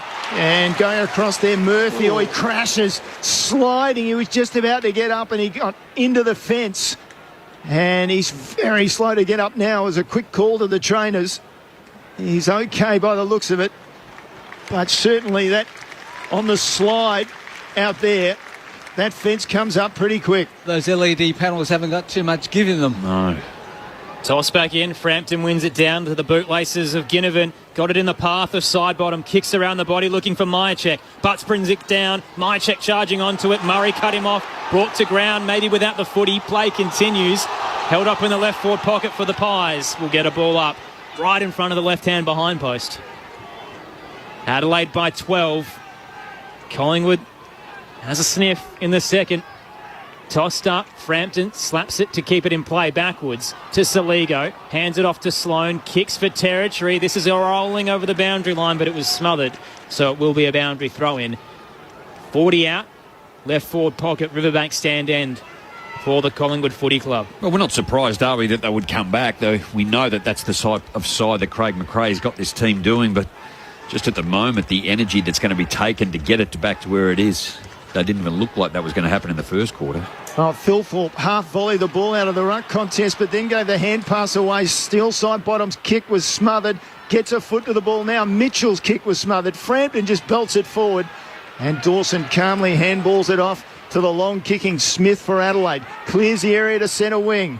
Walker had his hands on the ball, but it came to ground. Fogarty went in there to pick it up. Now he's taken to ground. Quaynord's on him. He taps it out. Moore picks it up. Just slaps a hand pass forward. Picked up by Thilthorpe. Off to Dawson. Wants his left foot. Gets his left foot. Gets it perfect to Rochelle.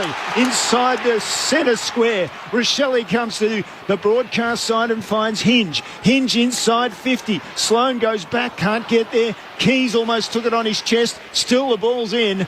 And forced over in the end by Noble for Collingwood. 25 around from Adelaide's goal. In the left forward pocket. Greasy conditions having an effect. As Jack Ginnivan's come to the bench, Liz Walsh doesn't look well. Nick Dacos is back on too, but got a bit of a limp up, whether it was cramp, but see how last the calf lasts. Toss back in. Frampton got it to Goey. Clearing kick for the Magpies. A hit in hope up to right half back. It'll carry over the boundary line and out on the full.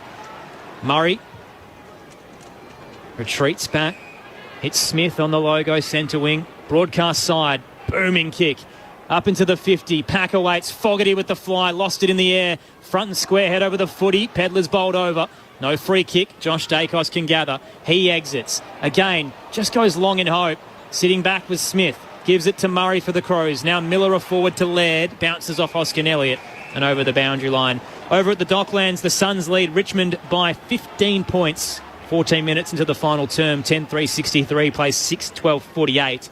Here it is Adelaide by 12 as we approach half-time. Had the chance to go through the middle and open up the other side. Collingwood would be happy with the defence. Adelaide have just bombed away to the same spot.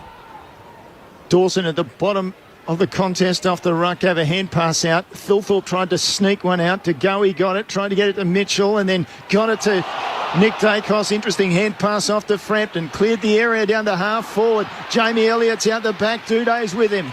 Duday and Elliott, they both go to ground. And then Adelaide come away through Smith, just tapped it, slapped it forward. Found Murray, and he drops it in short. And Murphy has the ball out there at right half back on the eastern side of the Adelaide Oval. Just a chance to steady for Adelaide. Collingwood have come hard in the second term. Sorry, Crossy, just nice work there by Nick Murray. Didn't panic, just found the mark, gave Adelaide the time just to regroup. For all your praise, Steve, he's just put it close to the boundary line. Looked to switch, his kick was too long, and it takes a bounce and over. Gives Collingwood a chance here at right half forward. Liz Walsh on the boundary. Yeah, you're right about Jack Ginnivan. He came from the ground. He's got a real concern about his right hip. He's in the hands of trainers now. Toss back in. Frampton front position, won it down. He was looking for crisp. Josh Dacos comes across, gathers late, close to the boundary line. Hands it back to Noble. Tried to get away from Keys, but walked it over in the end. Will be tossed back into play closer to centre wing. Adelaide by 12 points. Aaron Bryans, Neil Cross, Rod Jamison, Stephen Williams with you on Grandstand AFL. If you do want to head to the Docklands, jump on the Listen app and hit the AFL extra button. Ball back into play. Frampton takes front position. Down to Josh Dacos off the left foot down to half forward. Myercheck gets in front and takes the hand pass away.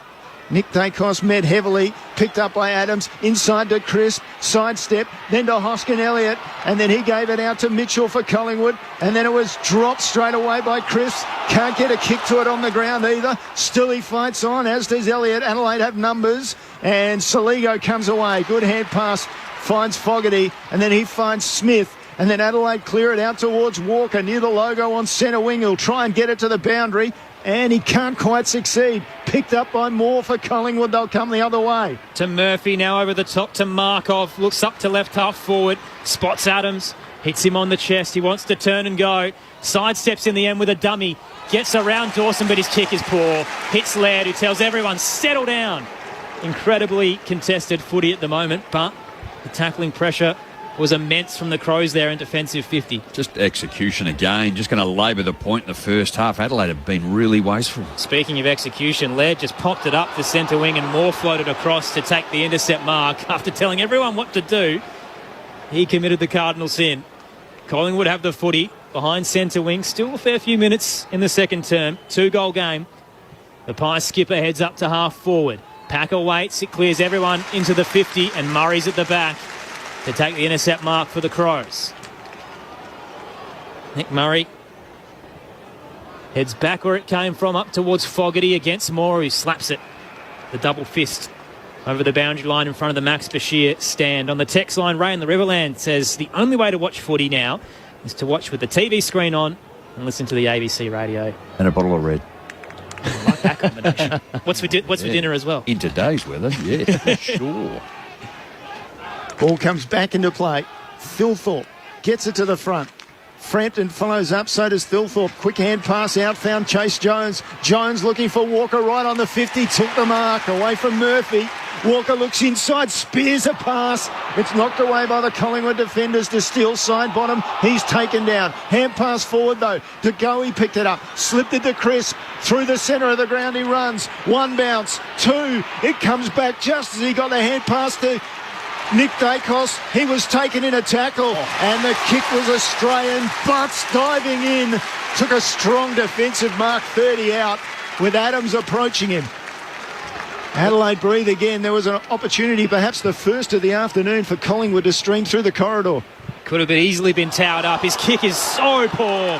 Kicked it straight to Myercheck, who was on the 45 to him. He popped it up in hope, almost expecting poor Miller to get there. He was no chance of making it. Myercheck takes the mark, 45 out, tight angle to the right. All the goodwill of putting his body on the line, and he coughs it straight up. Well, even the last one, Taylor Walker's gone. What about Darcy Moore? Just anticipated his defensive work. He did it on the wing out here when it went to Fogarty. The kick's too high. It allows enough time to get there, but he just reads it so well. Tight angle for Myercheck. The kick from 48. It's low. It's hard. It's heading all the way home. 2 for Myercheck. 1-goal game at the Adelaide Oval. The Crows 3-10-28. Collingwood 3-4-22. Liz Walsh on the boundary. Jack Ginnivan's been looking very uncomfortable down here. He's been on the bite, very slow leg rotations. He's just gone back out there now, but he's definitely not 100%. Just the opportunities that we have seen Adelaide have. What are we looking at? 13 shots at goal to 7. And we know footy's such a momentum game. Adelaide had all of it for the first quarter and probably 10 minutes, but the Magpies, to their credit, Adelaide let them off the hook. They gave them a bit of a sniff, and now they're well and truly back in the game. So, you have to say that they're a side that just keeps plugging away, and if you give them an opportunity, they'll certainly take it. So we've got a real contest on our hands now. I mean, you look at your team to want to be able to progress, you go back again, just the GWS, you give yourself a big margin, and there's a couple of holes in it that just you've got to get better at doing. They did the same against Richmond, and here they have done in the first half today. Adelaide hasn't scored since the 6-minute mark of the second term. Here's Hoskin Elliott for Collingwood, and then Josh Dacos to Hoskin Elliott by hand, and then they look for the big ruckman, and he's lost the ball, picked up by Saligo for Adelaide. After Rankin hand passes it forward, they've got it to half forward, but Hoskin Elliott comes back for Collingwood. Noble finishes with it from the head pass from Josh Dacos. His kick wasn't fantastic. Chase Jones has got it now, fallen on straight away as he fell on the ball. And still side bottom wraps him up, forces a ball up. Eastern side of the ground, right half forward for Adelaide. We've had light drizzle across the afternoon, but it's not there at the moment. Incredibly messy footy. Frampton wins it down. Key slapped it forward. The Pies ruck got there. Frampton to Mitchell. Tried to get it to Noble. Went to ground, socket off the deck. Heads towards Fogarty from Rankin. He can't get there with Murphy alongside him. He'll have scored it over the boundary line just inside the attacking 50 for the Crows. Scoreboard pocket. Last 3 goals the way of the Magpies. And they love a late finish. Still plenty to play out here at the Adelaide Oval. The Docklands, the Suns by 21 points. Time on there in the final term. Frampton wins it down into defensive 50 to Noble. He's caught high by Dawson. That's a dangerous tackle. It'll take us to half-time with a bit of biff. They weren't happy with that. And it's on at the northern end. We saw a bit of a scuffle at the other end at quarter time, and now we're seeing one here in front of the hill. Rankin and Maynard. Walker and Murphy really getting into it. Nothing too egregious so far, but there's a lot of feeling in this contest at the Adelaide Oval. It is the Crows by 6 points. 3-10-28. Collingwood 3-4-22. They were up by 22 points, the home side at quarter time. Collingwood right back in this contest. The goal scorers at the major break for the Crows, Pedler, Walker and Rankin. After that goalless second term. And for Collingwood, 2 to Myercheck and 1 to Frampton as both sides walk off side by side. Still a fair bit of words, a little bit of afters, but again, nothing too vicious between these two sides as both chase would be really incredible finishes for them at the end of round 7. Collingwood looking for top spot, Adelaide looking to be in the top 4. Your experts to break it all down, Rod Jamieson and Stephen Williams. Well, as teams are still walking off and still having a lip at each other. Billy Frampton's in the middle there too with Taylor Walker, and they're still barbing each other as they come out of the middle of the ground. But Collingwood, just testament to the way that they played their football. They were at it. I thought Jordan De Goey in that quarter really tried to carry the team out of the middle of the ground. Just his competitiveness, he's winning the football. And then Tom Mitchell started to get on top in that second quarter, got 10 disposals. Still side bottom with his 9. Jack Chris started to get a bit of run and rebound. And we just spoke about Darcy Moore and his ability to continually just read the play and get himself into the right position to be able to win the football back or split it. So we're back into a competitive mode. Myercheck, we said, hey, how much he'd been struggling in the first quarter, particularly a number of other contests prior to that, but just execution opportunities in the back half. Adelaide weren't able to run. I thought they dropped it inside their 50 too many times into the same spot, which just straight into the hands of the Collingwood defence. And we were talking about how defensive Collingwood were just going down the line and weren't willing to take it on, but gee, they've just got back into the game and Adelaide were wasteful. Yeah, they just changed the way that they were playing. We saw Adelaide in the first quarter just to lower the eyes and hit that lead-up target, but they just kicked the ball long from probably 80 metres out inside the 50. It was easier for Collingwood to defend, and as you mentioned, Jamo, the experience, the likes of Tom Mitchell, side bottom, and De Goey started to win the ball. Josh Dacos also around the contest, and all of a sudden, it was that free kick that Frampton got, probably a lucky free kick, kicks the goal, and all of a sudden they can see they're only a few goals down, and then Brodie Myercheck, and to Brodie Myercheck's credit, he does this so often, you don't see much of him. He competes hard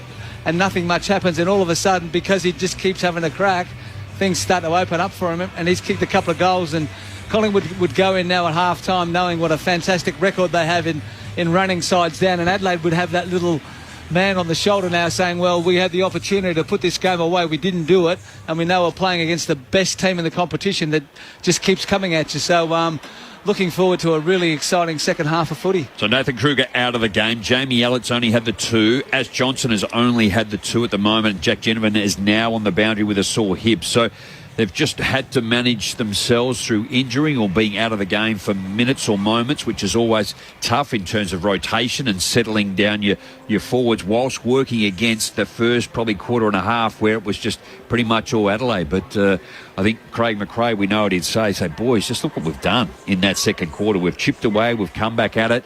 You know, we've had a bit of beak at half-time too. You got your tails up. Let's just have a breather, take a break, and then let's get ready to charge in at three-quarter time. If you are just joining us, Nathan Kruger subbed out of the game in the opening term with a knee issue, so it has left them a little undersized, but so far Billy Frampton's certainly matching up pretty well as he can do. He's done a great job, Aaron. I reckon he's probably been the guy that has turned things around. He got that first goal, and just his competitiveness is, he wants to prove something to his old team, and he's been terrific. Well, the hit outs to half time is 20-14 in favour of Adelaide, so there's not a big differential in that regard. Hit outs to advantage 5-4 O'Brien's way, and then the clearance work, Jordan Agoe 6, Josh Dacos 4, Tom Mitchell 3, and then you go to Jordan Dawson at 3, and then Jack Chris 2. So it's the first possession too with Collingwood getting their hands on the football, and that's been an area of Adelaide's concern. They just haven't had the clearance work or getting their hand on it. They do and they don't. They're not able to execute again once to get it out, and you've seen that in the middle of the ground. They're still relying on Rory Laird to be able to do it, and he's had a big first half too, with 18 disposals.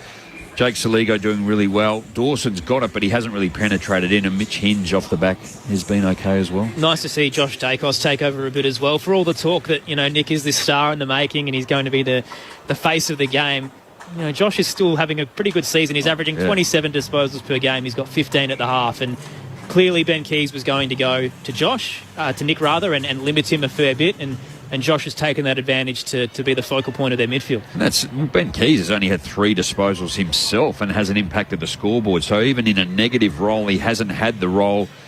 I mean, in terms of what Nick's been able to do, up until he ends up with 30 or 40, you're going at half time and he's got 14. Going at 36%, I suppose. That's the key. That's probably the win, isn't it? He's getting his hand on the footy, but he's under so much pressure now. Before, we've seen him have a lot of time to make a decision, and then when he's got time to make a decision, his skills are so good he's going to hit the target every time. But all of a sudden, Adelaide are in his face.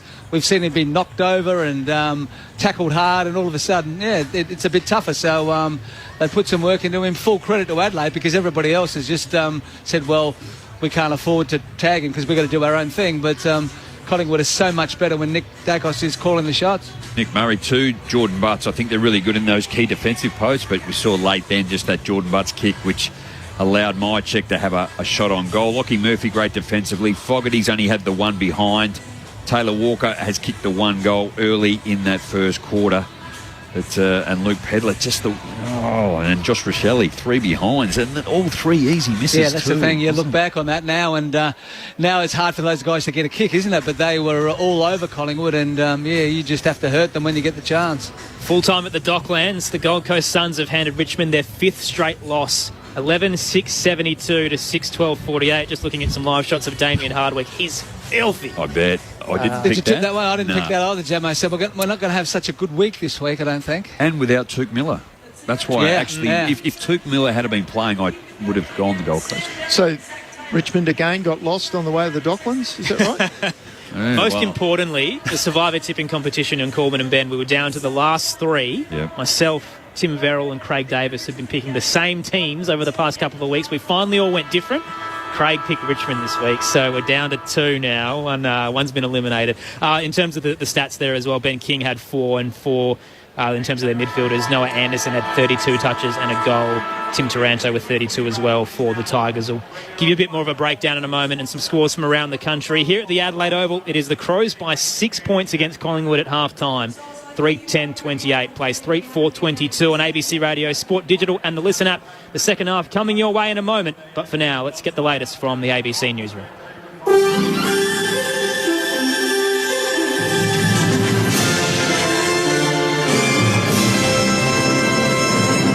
Hello, this is ABC News with David Rowlands. There are signs the humanitarian situation in Sudan is worsening as the conflict escalates. Larry Buttrose has the latest. The Sudanese army is now attacking rival positions in the capital Khartoum, saying its troops are advancing from all directions. With jets and heavy artillery backing the offensive, there are concerns for the capital's millions of residents. At the same time, the UN is warning there could be hundreds of thousands of people fleeing the fighting. There have also been chaotic scenes in Port Sudan on the Red Sea, where people are desperate to board ships out. The fighting that erupted between the Army and the Rapid Response Forces paramilitary on April the 15th has led hundreds dead and many more wounded. The Australian government is vowing it will continue to support Ukraine as the Russian invasion drags on. Australia has already committed military assistance worth more than $500 million to the war effort. That's included sending armoured vehicles, artillery, ammunition and giving access to drone systems. Defence Minister Richard Marles won't put a price tag on Australia's continuing support, but says it's important to stand with Ukraine.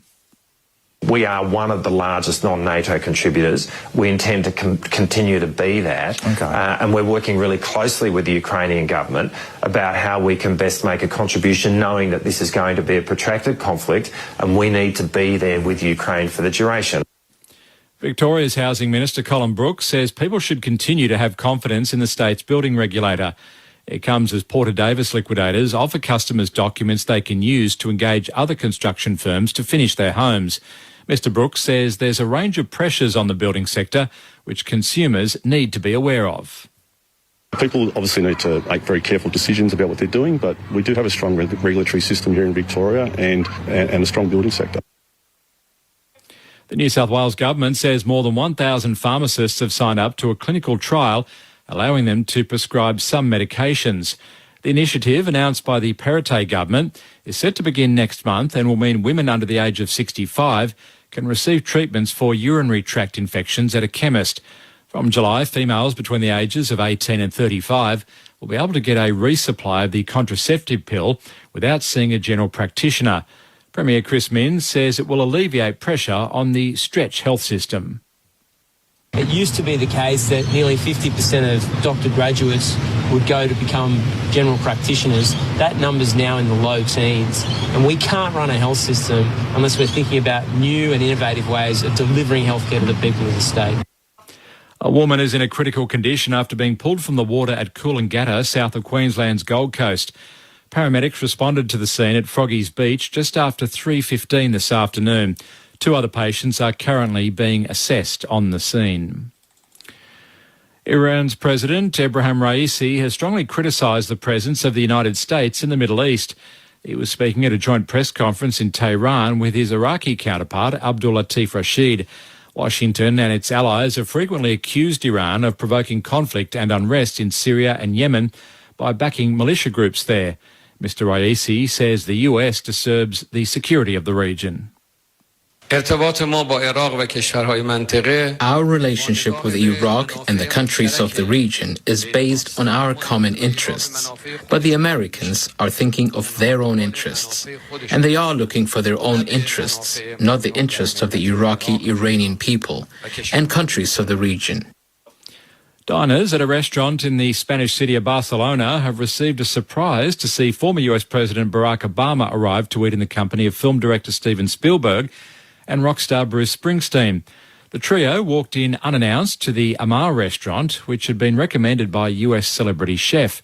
Springsteen was in Barcelona for a concert at the start of his European tour, and the former president and Spielberg were there to see his show. To sport, and Australia's men's hockey team has won its 3rd game in a row in the Pro League with a 4-2 victory over New Zealand in Christchurch. The Kookaburras are now up to 4th on the Pro League standings. And the Sydney Roosters have beaten the New Zealand Warriors 14-0 in the NRL game in Auckland. Satili Tupanua and Nat Butcher scored 2 tries for the Bondi-based club. The victory boosts the Sydney Roosters from 9th spot to 5th on the NRL ladder. That brings you up to date with the latest on ABC News. With the ABC Listen app, you can take the footy with you wherever you go. Off to walk the dog? Take the footy! Going camping? Take the footy! Picnic in the park? Take the footy! ABC Sport's expert coverage of the AFL. Incredible grab! And the NRL. Every goal, try, mark and tackle. Live and commercial free. So whatever you're up to, take the footy! Take the footy with you on the ABC Listen app. Grandstand AFL. Now streaming every match on the ABC Listen app. Look for the AFL button. Ball comes back into play. Holding, it'll be against O'Brien. Frampton's got a free kick. Frampton comes in, kicks the goal. Dangerous exit to the broadcast wing. The Pies have the outnumber. Waino should have taken it, knocked it to ground. To go with a low ball inside 50. Myercheck gathers, snaps to the open goal and makes them pay. Could have easily been towered up. His kick is so poor. Kicked it straight to Myercheck. Tight angle for Myercheck. The kick from 48. It's low. It's hard. It's heading all the way home. 2 for Myercheck. 1 goal game at the Adelaide Oval. The 2023 AFL season. On radio, ABC Sport Digital. and now streaming on the ABC Listen app. Grandstand finish coming your way on Grandstand AFL to conclude round 7. Collingwood right back into this contest after keeping Adelaide goalless in the second term. It was the Crows by 22 at quarter time, now up by 6 at the half. Tom Mitchell has 18 for the visitors. Rory Laird with 18 as well, despite multiple injury concerns during the week. Nathan Kruger has been subbed out with a knee injury in the opening term, so Will Kelly is in for the Magpies. There's a lot happening. Aaron Bryans, Neil Cross, Rod Jamieson, Stephen Williams and Liz Walsh with you for the call at a jam-packed Adelaide Oval under overcast conditions. Thankfully, the rain seems to have settled by now, but it's been on and off throughout the entire contest. Earlier today, Geelong had a big win over the Bombers. It arguably should have been bigger, but Essendon certainly were up for the fight. 28 points the margin in the end. Tom Hawkins kicked a career-high 8 goals. Jeremy Cameron had 3. Patrick Dangerfield, 28 touches. The best for the Bombers, Sam Wiedemann with 5 goals. Jake Stringer had 4 as well. So a very impressive display there by the Geelong Footy Club. It just dominated the opening term, and then the Bombers started to fight back a little bit, but it was too little too late, keeping that margin around the same for the remainder of the contest after quarter time. Darcy Parish also had 38 disposals for the Bombers. So Geelong on a nice little roll here. The middle game that's just finished at the Docklands saw Gold Coast defeat Richmond by 24 points, 11-6-72 to 6-12-48. They essentially led for the entirety of the contest. The Tigers were up by a minimal margin early on, and then Gold Coast took over and really blew them away in the second half as well, kicking 7 goals to 4. And in that third term, they had 6-2, which is essentially what set up their victory. Richmond now have 5 losses in a row and are in the bottom 4. The Gold Coast Suns, their season still alive. They're sitting down in 13th, a couple of games out of the 8. In terms of the leading possession getters for that game, Noah Anderson had 32, as did Tim Taranto for the Tigers. Jaden Short had 31 and Darcy McPherson with 31. The goal scorers, 4 to Ben King, 2 to Nick Holman for the Suns, 2 to Samson Ryan for the Tigers as well. And individual goals to Witts, Taranto, Soldo, Rewalt, Fiorini, Ellis, Bolton, Anderson and Ainsworth. The A-League Women's Grand Final has wrapped up, and Sydney FC are the premiers, beating Western United 4-0, a comprehensive victory in the grand final. After 3 consecutive losses on the big stage, Sydney FC have finally won the premiership in the A-League Women's. So congratulations to them. In the NRL, the Roosters defeated the Warriors 14-0. The Dragons lost to the Bulldogs 18-16. And the round 7 of the Super Netball has wrapped up today with the West Coast Fever defeating the Lightning by 10 goals, 74-64.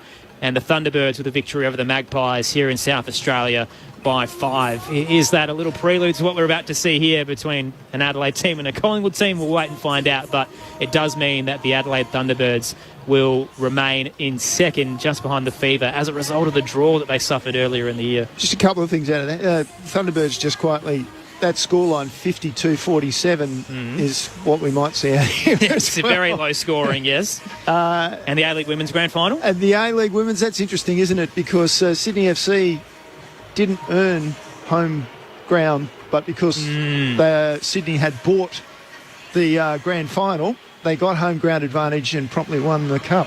Another story for another time. I'm too afraid to dive into that one. Across the text line 0437 774 774 across the evening. Henry in Melbourne says Collingwood of Adelaide right where they want them at half time. Talia's also flicked us a message from Ararat and says, hi team, just wondering what's the update on Paul Seedsman. A story actually dropped today on Seeds. Obviously he's ruled out for the year with his lingering concussion problems. He's actually turned to medicinal marijuana, and apparently that's helping him sleep now, which hopefully will help his recovery. And maybe if we're lucky, we get a chance to see him in 2024. I'd probably say highly doubtful, just in terms he has really struggled with it. His symptoms are horrendous. Yeah, they are. So as we well know, look, there is a case going on. There's over 300 players that are pretty much involved in that, past players. What happens to now players going forward? We've spoken about this week on week, but yeah, it's a really sad one too. A ripping bloke. I think just recently got engaged, maybe late last year, earlier this year. and was just in the prime of his footy, let alone what his life now looks. And it was at training too, Gemma, wasn't it? The incident happened at training. I think you're right too. Yeah, so it's to the back of the head. Very unlucky, contest. isn't it? Yeah. The amount of times you get clipped when you're playing footy, and some guys, for one reason or another, they just really struggle, and it's sad to see, as you mentioned, a guy that was starting to play career best footy. We just hope that he can get back and most of all lead a normal life outside of football. Yep. Football will be a bonus from here on, but you want him to have some quality of life for sure. I like this text. Hasn't put a name to it, but says Richmond suck from everybody everywhere. Well, I'm just having a look what their next 4 weeks are. They play West Coast Eagles, and that's in Melbourne, so you think they'd win that. But then they've got 3 tough weeks. They've got Geelong, Essendon, and then Port Adelaide too. So the frustrating part is that the Giants rather own their first round pick next year. So if they finish bottom 4, they've really handed them an elite top tier talent. I wonder if it's a conversation. I did hear one earlier today around the coach, and Steve and I were having this earlier too. You got Adam Simpson where he is. You got Dimmer where he is after 14 years. Do they actually have a mature conversation in time to start to think about what's next and where do we go? Crows by 6 at half time. Adelaide and Collingwood on grandstand AFL. Neil Cross to kick us off again.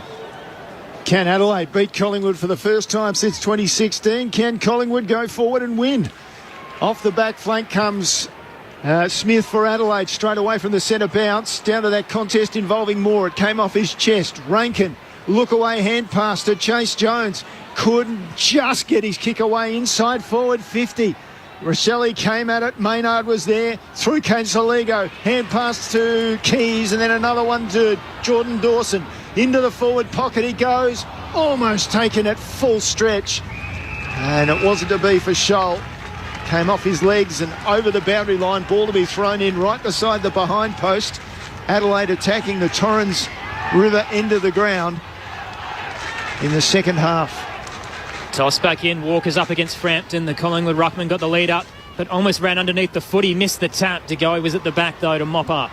Gathers, clears out towards half-back. He's looking for McCreary. Takes it back with the flight. Arches the back and races through centre wing. He'll head up to left half forward. It's an empty 50. Elliott just had to grab it. Mike Lanny bested him, but then dropped it. Gathered by Elliott close to the boundary line. A handball in hope over his head. Almost gave it to Chase Jones. He goes to ground. In the tackle from Kelly. It'll roll towards the 50 for the Magpies, but Hinge is sitting back. He switches across halfback, finds Scholl, and now out to the eastern side. He'll hit Ben Keys. Keys drops it. Frampton's on him straight away. Keys releases a hand pass. Scholl comes in support. Did he drag it in? Umpire's going to say yes. So between half forward and centre wing, it'll be a free kick to Collingwood. It'll go to Josh Dacos. Hand pass back to his brother. Looping around the back wide with a kick, finds Tom Mitchell. He'll look inside forward 50, nothing available at the moment. Collingwood, as they did at half-time, trail by 6 points. Mitchell around on the left foot, sends it 25 from goal, and Duday with an intercept, took it nicely. In the scoreboard pocket, he'll now look to exit. They'll have to pinpoint their way through the Magpies' defence. He finds Hinge, and now Saligo, close to the defensive arc. Gets around Maynard. Smothered late. Maynard did everything he could. Got his hand just to it. Ricochets out to Kelly. He's sandwiched in the tackles. Holding the ball. Fell into the footy. Free kick to go the way of Hinge. As Pedler will now march up towards centre wing. Hinge at right half back. Not really sure what to do. He's looked back. He's looked forward. Rochelle gave him a lead. He didn't honour it. Now up towards the benches. Fogarty gets a fly. Murphy with the spoil. Spilled to Saligo. Back to Laird. Got away from Maynard, but his handball was a fling. He was taken high in the tackle.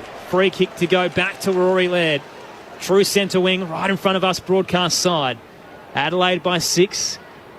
As the night starts to set in at the Adelaide Oval. Packed house. Big game. Laird inside. Finds Brodie Smith on the logo. He turns back to Laird. Racking up the footy at the moment.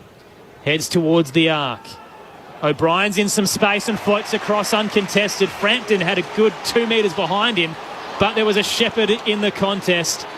And a free kick will go to Darcy Moore. Fogarty was just hanging on to Darcy Moore, keeping him out of the contest. Went to bounce the ball, heading out to switch play. had to get the ball again, and then he finally did send it long to a contest off hands, came to Scholl, belts it back inside 50, too quick for Rankin, comes off his hands to Rochelle on the left foot snap, and Adelaide has the first of the second half. Don't write it down yet, boys. Collingwood reckon they touched that, so it will be reviewed, we'll see as a we review. know.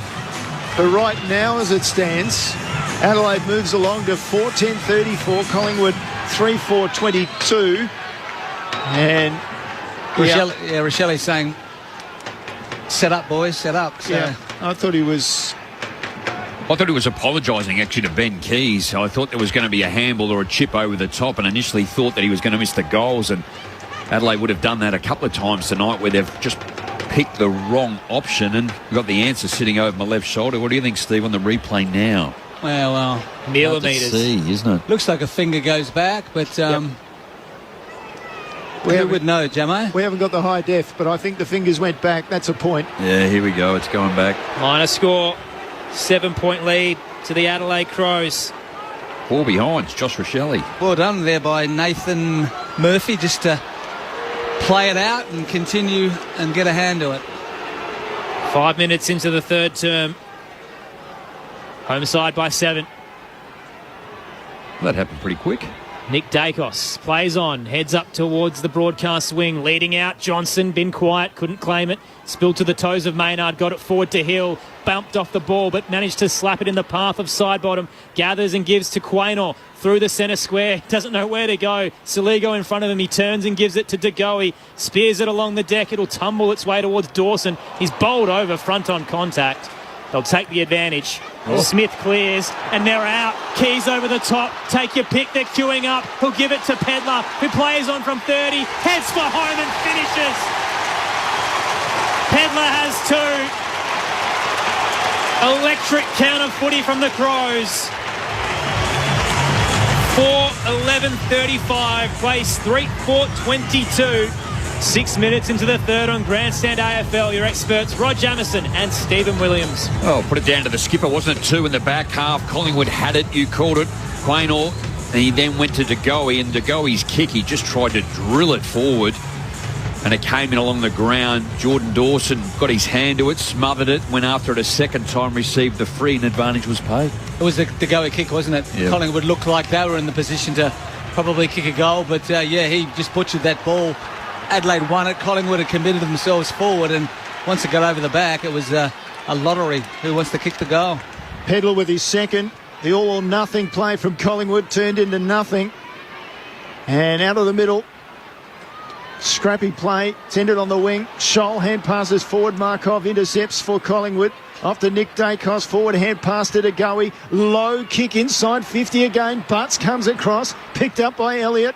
He lost it for Collingwood. Ginnivan gave it out to Sidebottom. Nick Dacos came through. He was under pressure though, and he just hand-pulled the ball forward. Forces Elliott to make the tackle to keep the ball inside forward 50 for Collingwood. And coming the other way was Duday, was dumped. So it's 25 out straight in front for the Woods. Tossed up, O'Brien entangled with Frampton. The Crows ruck one it down straight to Ginnivan, throws it on the boot, heads towards the goal line. Myercheck disposes of Butts and soccers off the deck to get it through for what will be his third. Myercheck fought, disposed of the key defender and stuck a boot out for the finish. Collingwood answer back immediately. 4:28. Adelaide 4:11:35. 7 minutes into the third term on Grandstand AFL. Liz Walsh on the boundary. Yeah, the whispers from down here at bench level are that Pi Nathan Kruger has actually been taken to hospital after being subbed out of the game, so his knee injury must be quite worrying. Yeah, it's not good, is it, too, when you just a couple of big men down. Myercheck, got to give him due, don't you? Like, just his ability. Keeps battling, Gemma, doesn't he? Just keeps having a go. Yeah. I think Jordan Butts will be a bit disappointed, won't he, too, when he goes and had a look back. He's in control, fumbles again. You've got to kill the football either deep. You're on the line. Just get it to your right and get it across. Win back possession. Don't leave it open, which is what has happened on that occasion. Jordan De Goey, 3 disposals, 3 kicks, only 33%. Was that a one-on-one win for Brodie Myercheck? No, we're talking about marking contest. I can't give him that. So back in the middle, we've had a false start. Now the next time it's good tap out towards Sloane from O'Brien. He gets possession but immediately taken down by Nick Dacos. And secondary ball up on this broadcast side of the centre square. Up it goes again. They lock arms, the ruckman. Came down to DeGoey, slung in a tackle, got a ball back to Crisp. He just belts it forward, dump kick inside, forward 50. Adelaide will come away through Duday. Took his time, was run down. Umpire says, holding the ball. So a good chase down by Hoskin Elliott, and he's going to be rewarded with a free kick. He's not too bad to the left and maybe 35 metres out. Hasn't had a great day, but it's just about competing and putting some pressure on, and Tom Duday just thought he had a little bit more time than he did, and good work by Hoskin Elliott just to apply that pressure and give the Pies a chance to get within a point. Hoskin Elliott comes in, kicks to goal. Collingwood well and truly back in this match. They haven't been this close since the 7-minute mark of the first quarter. And so Jack Ginnivan throwing his mouth around down there forward at Duday. Collingwood 5-4-34, trail by a point. Adelaide 4-11-35, 9 minutes in, third term. Hoskin Elliott, only the 8 disposals, 2 going at 88%, 3 tackles at Collingwood leading the way again defensively, 43-33. So working hard when they don't have it, which was part of that probably first quarter and a half, but managed to continue on with how they were playing. So we see a replay, Coach Matty Nix with his head in his hands. 1 point game at the Adelaide Oval. The Crows and the Magpies on Grandstand AFL. Clean bounce in the middle. O'Brien wins it down for the Crows. He was looking for Dawson, was held out of it by Adams. The whistle stayed away. DeGoey gathers. He's spun in the Sloane tackle and coughs it up. Rankin to Sloane. Forward to Keys at half forward. The little dubstep out wide towards Sloane. He fumbled. Coming through, Saligo can't pick it up. Frampton's clawing for it but can't reel it in. Keys back. Out towards Dawson. Chips it over the top. Nonchalant. And finds only Noble sitting back for the Magpies in defensive 50. Right back pocket. Doesn't know where to go. He'll have to go long to the eastern side. Dumps it long. Players sit under it. Frampton forced to punch it away from Duday, who was looking for the intercept mark for Adelaide. Over the boundary line. Rory Stone looked dangerous then, didn't he? He had the ball but just lost the handle, and as he was about to deliver it to a target inside 50. Ball comes back into play. Frampton looks for contact. O'Brien looked for the ball, knocked it to the front. Scramble there. It comes out in the direction of Collingwood, and then it's picked up. Oh no, it's not. Heavy tackle, and it goes over the boundary line eventually. Scholl picked it up, had it briefly. Adams got him, and then the ball spewed out over the boundary line again. As you were, Collingwood probably advantaged by maybe 5 metres from where the ball was last thrown in. Frampton front position. Locks up with O'Brien, wins it down straight to Sloane. He's brought down in a one-arm tackle. Pretty heavy, but ball up to come as Adams wrestles him down. Almost chicken winged him. He did, didn't he? Tossed up again. O'Brien wins it down, looking for Sloane. Cleared him. At the back to go. He drops into the footy, but can't pick it up. Adams flicks a handball back to Josh Dacos. Didn't control it and may have caught one high in the process. He's dropped down. Adelaide's raced away. Keys gathered. Snapped around the body. Didn't really look where he was going, and Fogarty was caught behind Murphy. Here comes the Collingwood counter. Markov gives it off to Maynard. Out to the broadcast wing, 2-on-2, floating across. Brought to ground by Hinge. He did very well. Gets it back from Jones. Doesn't know where to do, though. He ran into a wall of Kelly. Caught in the tackle. DeGoey thought it was holding the footy and left the ball on the ground. It's sockered forward by Dawson. He can gather at the attacking edge. Heads inside 50. Finds Rankin all alone. He can race towards 20. Open goal. He's missed.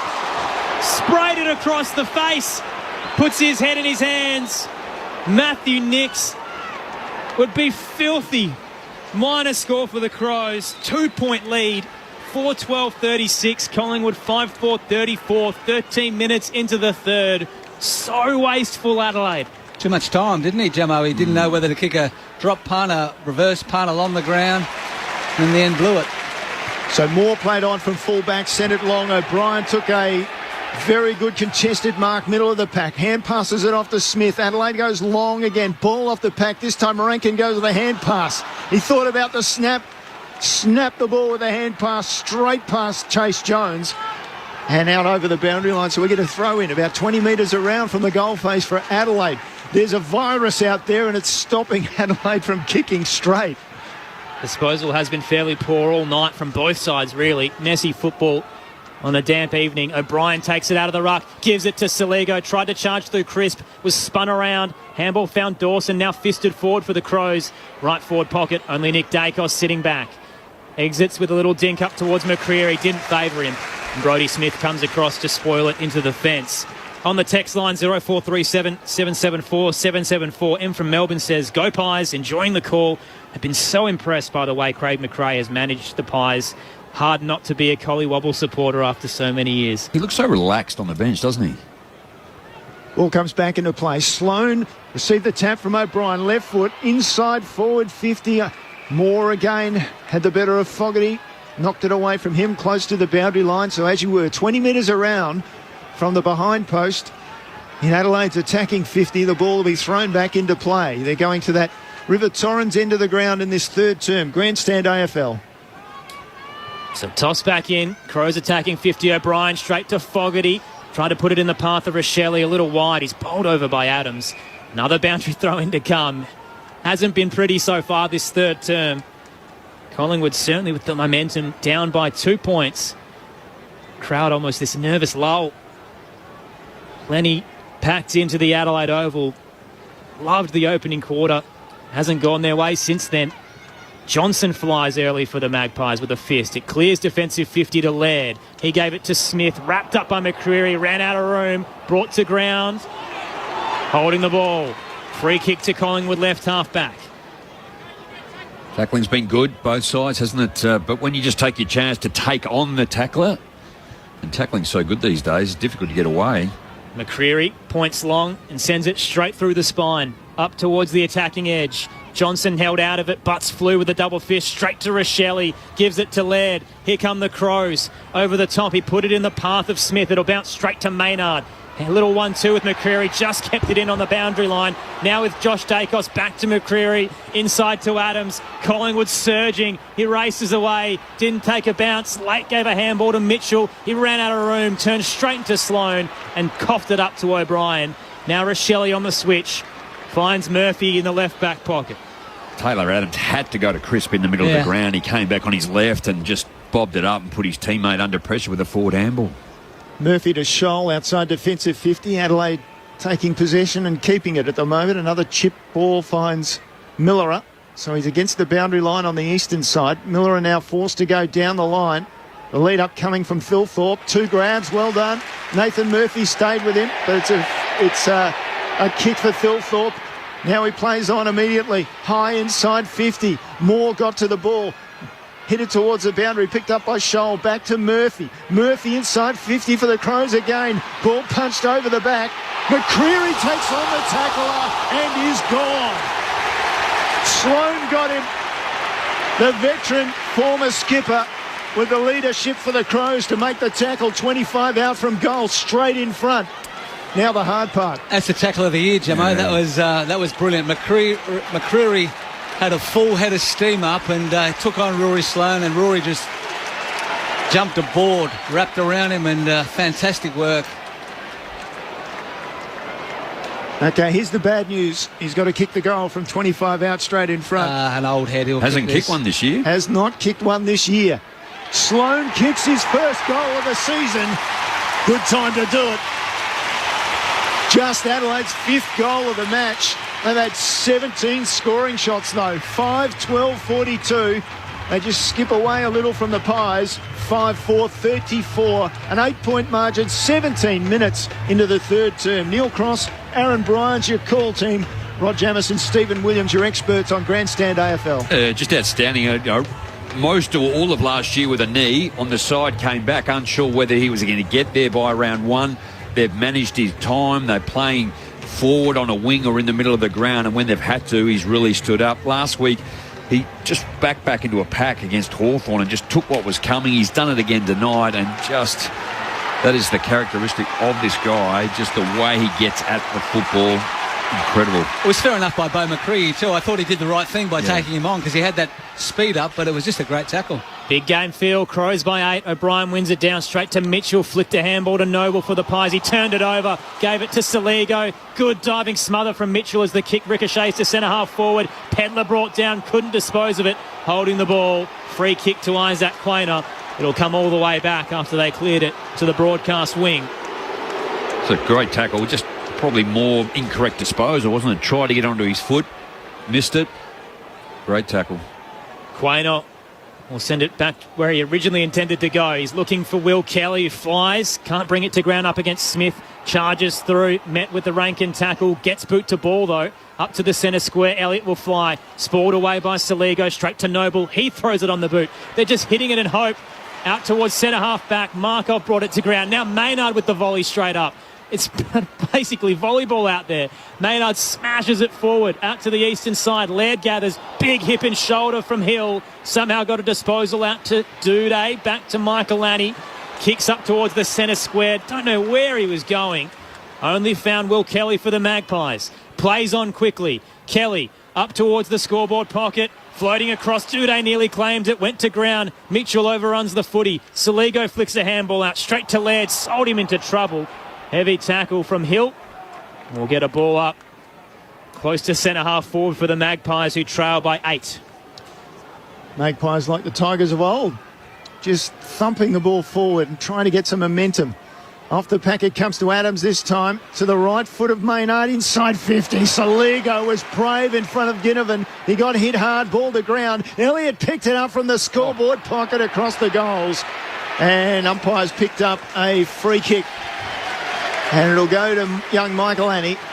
Bobby Hill, I think it wasn't it, too? Just jumped in the air well in advance of the football getting there, gave away the free. Was not in the contest at all. 13-8 inside 50s in favour of Adelaide in this quarter. Michael Annie comes away, kicks long, ball off the pack again. Scrappy football. Finally taken by Fogarty. Good presence in the pack to find Phil Thorpe down the line. Now he goes inboard. Adelaide can open it up here. It's come to Rochelle. Looks across the ground. Now he looks straight down the ground. Walker at centre half forward. Murphy got across brilliantly. Knocked it away for Collingwood. The urgency from the Pies defender was magnificent. Knocked it in the path of side bottom. Kicks up to Johnson. Fumbled the mark. Regathers. Composes himself and finds Maynard. Defending edge of the square. Sorry, Aaron. It's just how they set up, don't they? They give yourself enough. If that kick is dead fast and low, the defender won't get there. Here's the switch. Maynard to Moore. Broadcast side. Mitchell over the top to Will Kelly. Left half forward. Too far out to score. Close to the boundary line. Adelaide floods back. He points long. Kelly runs around O'Brien. Centres it towards the top of the goal square. The Crows have numbers. Sloan flies. He should have taken it. Goes to ground. Almost socketed by Hill. Tackle laid by Elliott. McCreary got boot to ball. It was touched on the line. Minor score for the Pies. 7-point game.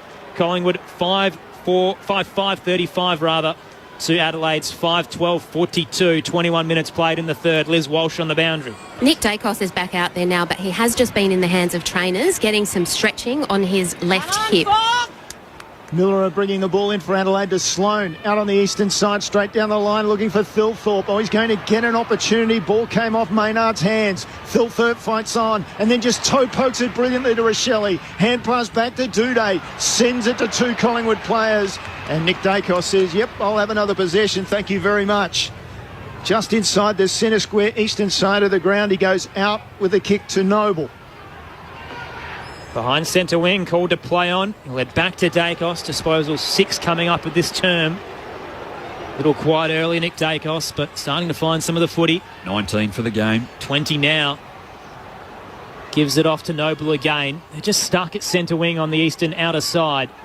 Calls for options. Finally receives one. Adams just the required 15. They're working their way through the Crows' defence, but this kick was poor. Almost a dangerous one across centre half forward, and Pedler stood his ground against Quaynor, receives the free kick. No one on the mark at centre half back.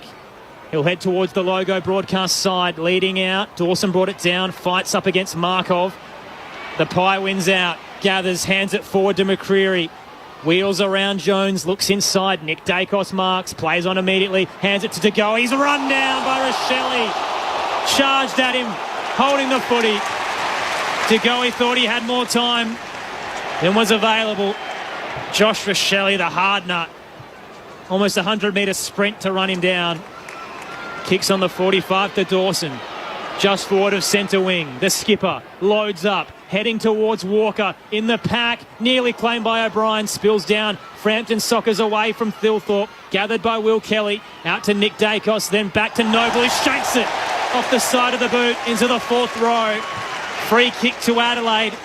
30 out. Tight in the right forward pocket to Rory Laird. He's not confident. Was looking inside and finally has to put the footy down and get ready for a set shot. Normally very good with his disposal, both right and left. Slippery night. 2-6 for the year, Rory Laird. This will be something if he can make it work. Kicks from outside the boundary line. Tight angle. It's across the face. It'll sit up on the behind line. Kept in play. Quaynor's there. Gave it to Will Kelly. He fumbled. Keys got there. It's rushed through for a minor score on the right-hand side. Adelaide up by 8 once again. 5-13, 43 rather. Plays 5-5-35. 25-minute mark of the third term on Grandstand AFL. Great to have you with us for this thrilling contest as Collingwood exit to left half-back. Maynard long and O'Brien, as he's done very well tonight, takes an intercept pack mark. Back inside 50, sends it 25 from goal. Walker gets a great leap, couldn't bring it down. Quaynor takes it. Hand pass wide for Young. He's taken down and over the boundary line. Just keep going to the same spot all the time, Stephen. Both hands, haven't they? Yeah, and Riley O'Brien is just lapping it up. He's so much bigger than anybody else in the contest. They need to go short and try to run the ball out. Really instructional. Collingwood around the football, telling teammates where to go, man up, where to zone. Should have been Young Kelly was where I was going to finish that. Now the ball back into play. It's farmed out to Pedler. Gets ball to boot. Not sure it was touched, but it bounced in front of Nathan Murphy anyway, and the defender comes away, tackled just as he kicked the ball by Rochelle. Good desperation from the Crows, keeps it in the area. It's shanked off the outside of the boot and over the boundary line just outside defensive 50 for Collingwood. Two big defensive efforts too, Josh Rochelle, one on Jordan De Goey, and then on that occasion, Nathan Murphy to keep the footy in their forward half. Tossed in. O'Brien wins it down. Straight to Adams, though, for the Pies. Races away from the pack and switches across defensive 50. Finds Will Kelly all alone. Left back pocket. Again, a little slow to exit. Finally gets an option in Quaynor, who fumbles on the painted defensive 50. Spills out towards Dawson. He's gang tackled. It's going to come back. Kicking in danger. The umpire in the middle's called it. The one in control missed it. Pedler's a little sore. He's got a couple of fingers in the blow. Quaynor put his foot down. Maynard charged through. It was unlucky for Maynard, really, as Pedler stuck his finger in late. But it is a free kick to the Crow. Man on the marks, 48 out. Slight angle to the right. Luke Pedler looking for his third. This would be momentous. Kicks from 55 on the left. Plenty of power. It's coming across the face. Brought down by Walker. Front and square was Mitchell. Handed it at the toes of Markov, who left it for Murphy. He shanked it. Collingwood's exits have been incredibly poor in the third. And Adelaide will receive a free kick. Left forward pocket. This time it's closer to goal. 15 out. And it'll go to Chase Jones. Just a bit of panic there, wasn't there? Collingwood actually had some extras around the ball just to get the handball chain out. But Murphy has been terrific all night, just panicked, and this is the one that Rochelle, that's Jones, likes to kick. Jones opens the angle on the right. It's awful. And it'll end up being just a minor score. Adelaide 9 points up now. 5-14-44, plays 5-5-35. 28 minutes into the third. Adelaide have absolutely butchered the ball tonight. I think they would have preferred Josh Rochelle kicking that one around his body. Noble takes the short pass in and then not a 15-metre kick, and it's turned over almost by Maynard.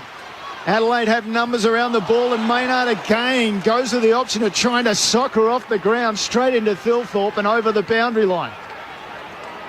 That was a good deal of panic from the Collingwood defenders. Could have gone anywhere, couldn't it? If it didn't hit Thilthorpe, there's a fair chance it was out on the full. Yeah, I was going to say through the window here. He put everything into it. So it's just inside attacking 50 where the umpire throws the ball back into play.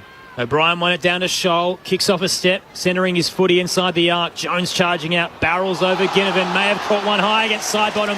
Again, the non-controlling umpire has seen it. Comes in from outside the 50 and hands the free kick the way of the Crows. Chase Jones gets another chance, but this time he's a bit more central, slightly right of centre. Side bottom gave it away then. At the end of the day, he's complained to the umpire that it wasn't high, but the way he threw his arms back, he knew what had gone on. To stand the mark, 45 out. Chase Jones, the former first-round pick, is certainly flourishing in 2023. Adelaide by 9. In comes Jones, kicks on the arc, plenty on it, all the way. Crows by 15. Chase Jones with his first goal of the night. Incredibly important in this tight contest. 6:14.50, plays 5:35. Time on in the third on Grandstand AFL. Just under 2 minutes remaining, 16th inside 50 to 9. So again, almost the same mirror image of the first quarter. Adelaide 17 to 10 inside 50s, had all the football, couldn't finish off, and even struggled again in this quarter.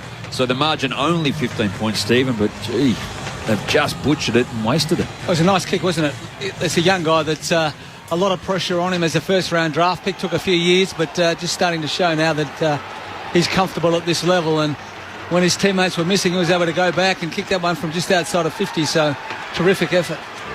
So Adelaide has doubled Collingwood's scoring shots and yet only leads by 15 points. Ball back in the middle. And maybe to go, he had a case for being held there, but he flipped up a hand pass to Josh Dacos, and then Josh Dacos forced on the turnaround as he tried to get around. After he received the ball, he had to hand pass it just out into territory and over the boundary line eventually. On the text line, Dave the Truckie says, "Go Pies, can't wait to get back on the highway." And Stan from Victoria says, "Hi team, fans of our favourite ABC SA team, thrilling call." I'll send you the cheque in the mail, Stan. Off the contest, it came to Dawson for Adelaide. In the tackle, just had to push it forward. Fogarty got rid of one, got rid of two, and then just flipped it out. No, the umpire said that's holding the ball. More, or rather, side bottom got him in the end. So it's at right half back on the eastern side of the Adelaide Oval for Collingwood. Had a quiet night tonight, Darcy. Taylor Walker hasn't touched the footy this quarter. Side bottom heads towards the centre square, standing in front position. Thilthorpe held his ground. Haven't seen a lot of him, but that was important. Switches across half back, finds Scholl, now Murray. Broadcast wing. All the work that Collingwood have done, you wouldn't want to concede one with under a minute to go. They're zoning well here, so they'll force Murray long, up to right half forward. They have the outnumber, the Pies. Frampton across, got a fist on it, rolls towards the boundary line. Noble kept it in, hands it off to Crisp. Now down the line, I don't know where he was hoping that would go. Kicked it straight to Scholl on the logo. Adelaide can rebound. 45 hit to Duday in front of the benches. Duday's got the signal. Things are counting down very quickly to three-quarter time. Down the line he goes with a kick. Thilthorpe was in the pack, so does Fogarty. Somehow pushed his way through, gave it to Laird, then to Thilthorpe up the left foot. Inside 50, not long to go on the quarter. Ball comes to ground, picked up by Murphy for Adelaide. Hand pass out, finds Chase Jones from Saligo, and he's missed. He's hooked it. Another opportunity late for the Crows. They couldn't take it. 32 minutes down in the third quarter. Adelaide stretches the lead by just 1 to 16 points. Has all the makings of heartbreak, Crossy. We know what Collingwood can do in fourth terms. 3-goal game at the moment. Clearing kick from Darcy Moore. He heaves it out to left half back. Early fly from Murray. Thought he was nudged out of it. Won't be paid. That'll get us to three-quarter time. Gee, we've got a great game on our hands. Adelaide 6:15.51. Plays Collingwood 5:35. Goal scorers heading into the final term for the Crows. 2 to Pedler. Singles to Jones, Sloane, Walker and Rankin. For Collingwood, 3 to Myercheck. Singles to Hoskin, Elliott and Frampton. The text line 0437 774 774. Can't wait to see what unfolds. Coming up next on ABC Radio, Sport Digital and the Listen app on Grandstand AFL. Hello, I'm Patrick Stack, and if you like great stories and you enjoy sport, then I reckon you need ABC Sport Daily in your life. The Masters was the first time we got to see all the LIV players and the PGA Tour players who could qualify in the one place, and saw that they all weren't fighting each other physically. Yeah, I've never been asked to talk about a promotion to League 2 before in detail, Stacky. Well, the Roosters get hammered being across the road with their salary cap sombrero. It's a daily sports conversation, and it's called ABC Sport Daily. Find us on the ABC Listen app. Grandstand AFL. Now streaming every match on the ABC Listen app. Look for the AFL button. They'll take the advantage. Smith clears, and they're out. Keys over the top. Take your pick. They're queuing up. He'll give it to Pedler, who plays on from 30. Heads for home and finishes. Pedler has two. Electric counter footy from the Crows. Heads towards the goal line. Myercheck disposes of Butts and soccers off the deck to get it through for what will be his third. Adelaide will come away through Duday. Took his time, was run down. Umpire says holding the ball. So a good chase down by Hoskin Elliott, and he's going to be rewarded with a free kick. Hoskin Elliott comes in. Kicks to goal. Collingwood well and truly back in this match. Ball punched over the back. McCreery takes on the tackler and he's gone. Sloane got him. Sloane kicks his first goal of the season. Good time to do it. Centering his footy inside the arc. Jones charging out. Barrels over Ginnivan. May have caught one high against side bottom. Again, the non-controlling umpire has seen it. In comes Jones. Kicks on the arc. Plenty on it. All the way. The 2023 AFL season. On radio, ABC Sport Digital. and now streaming on the ABC Listen app. Strap yourselves in. A thrilling finish coming your way on Grandstand AFL. It's the Crows by 16 points over Collingwood. But the Pies last year won 9 games by less than 10 points. They won the same last week in the Anzac game. 13 of their last 21 games have been won by 14 or less. They are well and truly in this fight.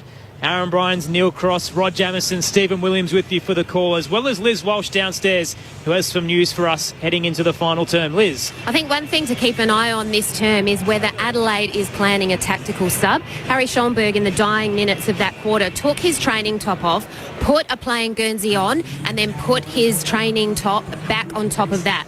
So he's just been warming up with the ball as well. So that's certainly something to keep an eye on.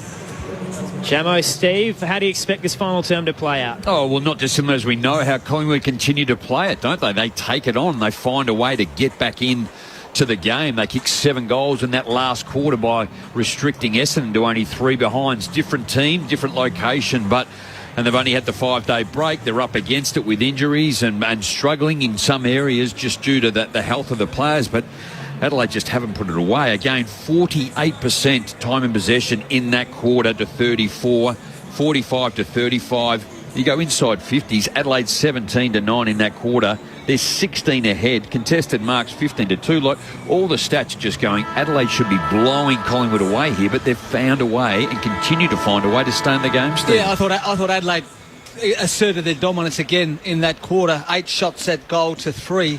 For 3 goal 5 to 2 goal 1, so they, have left the door open. But just the way that they're playing, it's hard to see Collingwood getting over the top. But we know the belief that they've built in their team because of what's happened over the last 18 months of footy. That they're never out of it. So they're going to give Adelaide opportunities because the way that they'll have to play to win is to take the game on.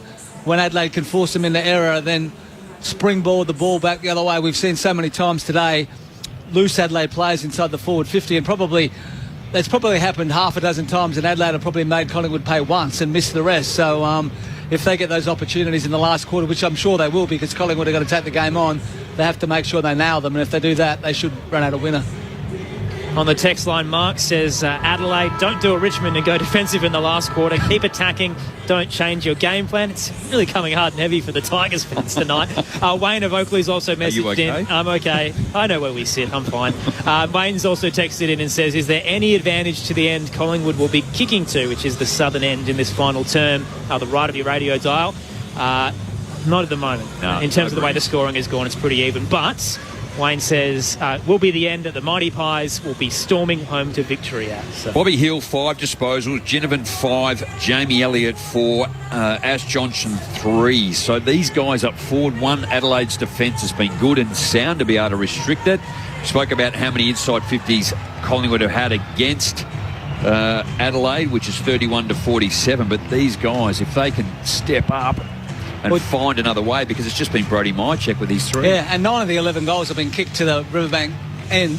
So, here we go. Well, there's no advantage looking at the wind or anything, but certainly 9 of the 11 goals have been kicked to that end.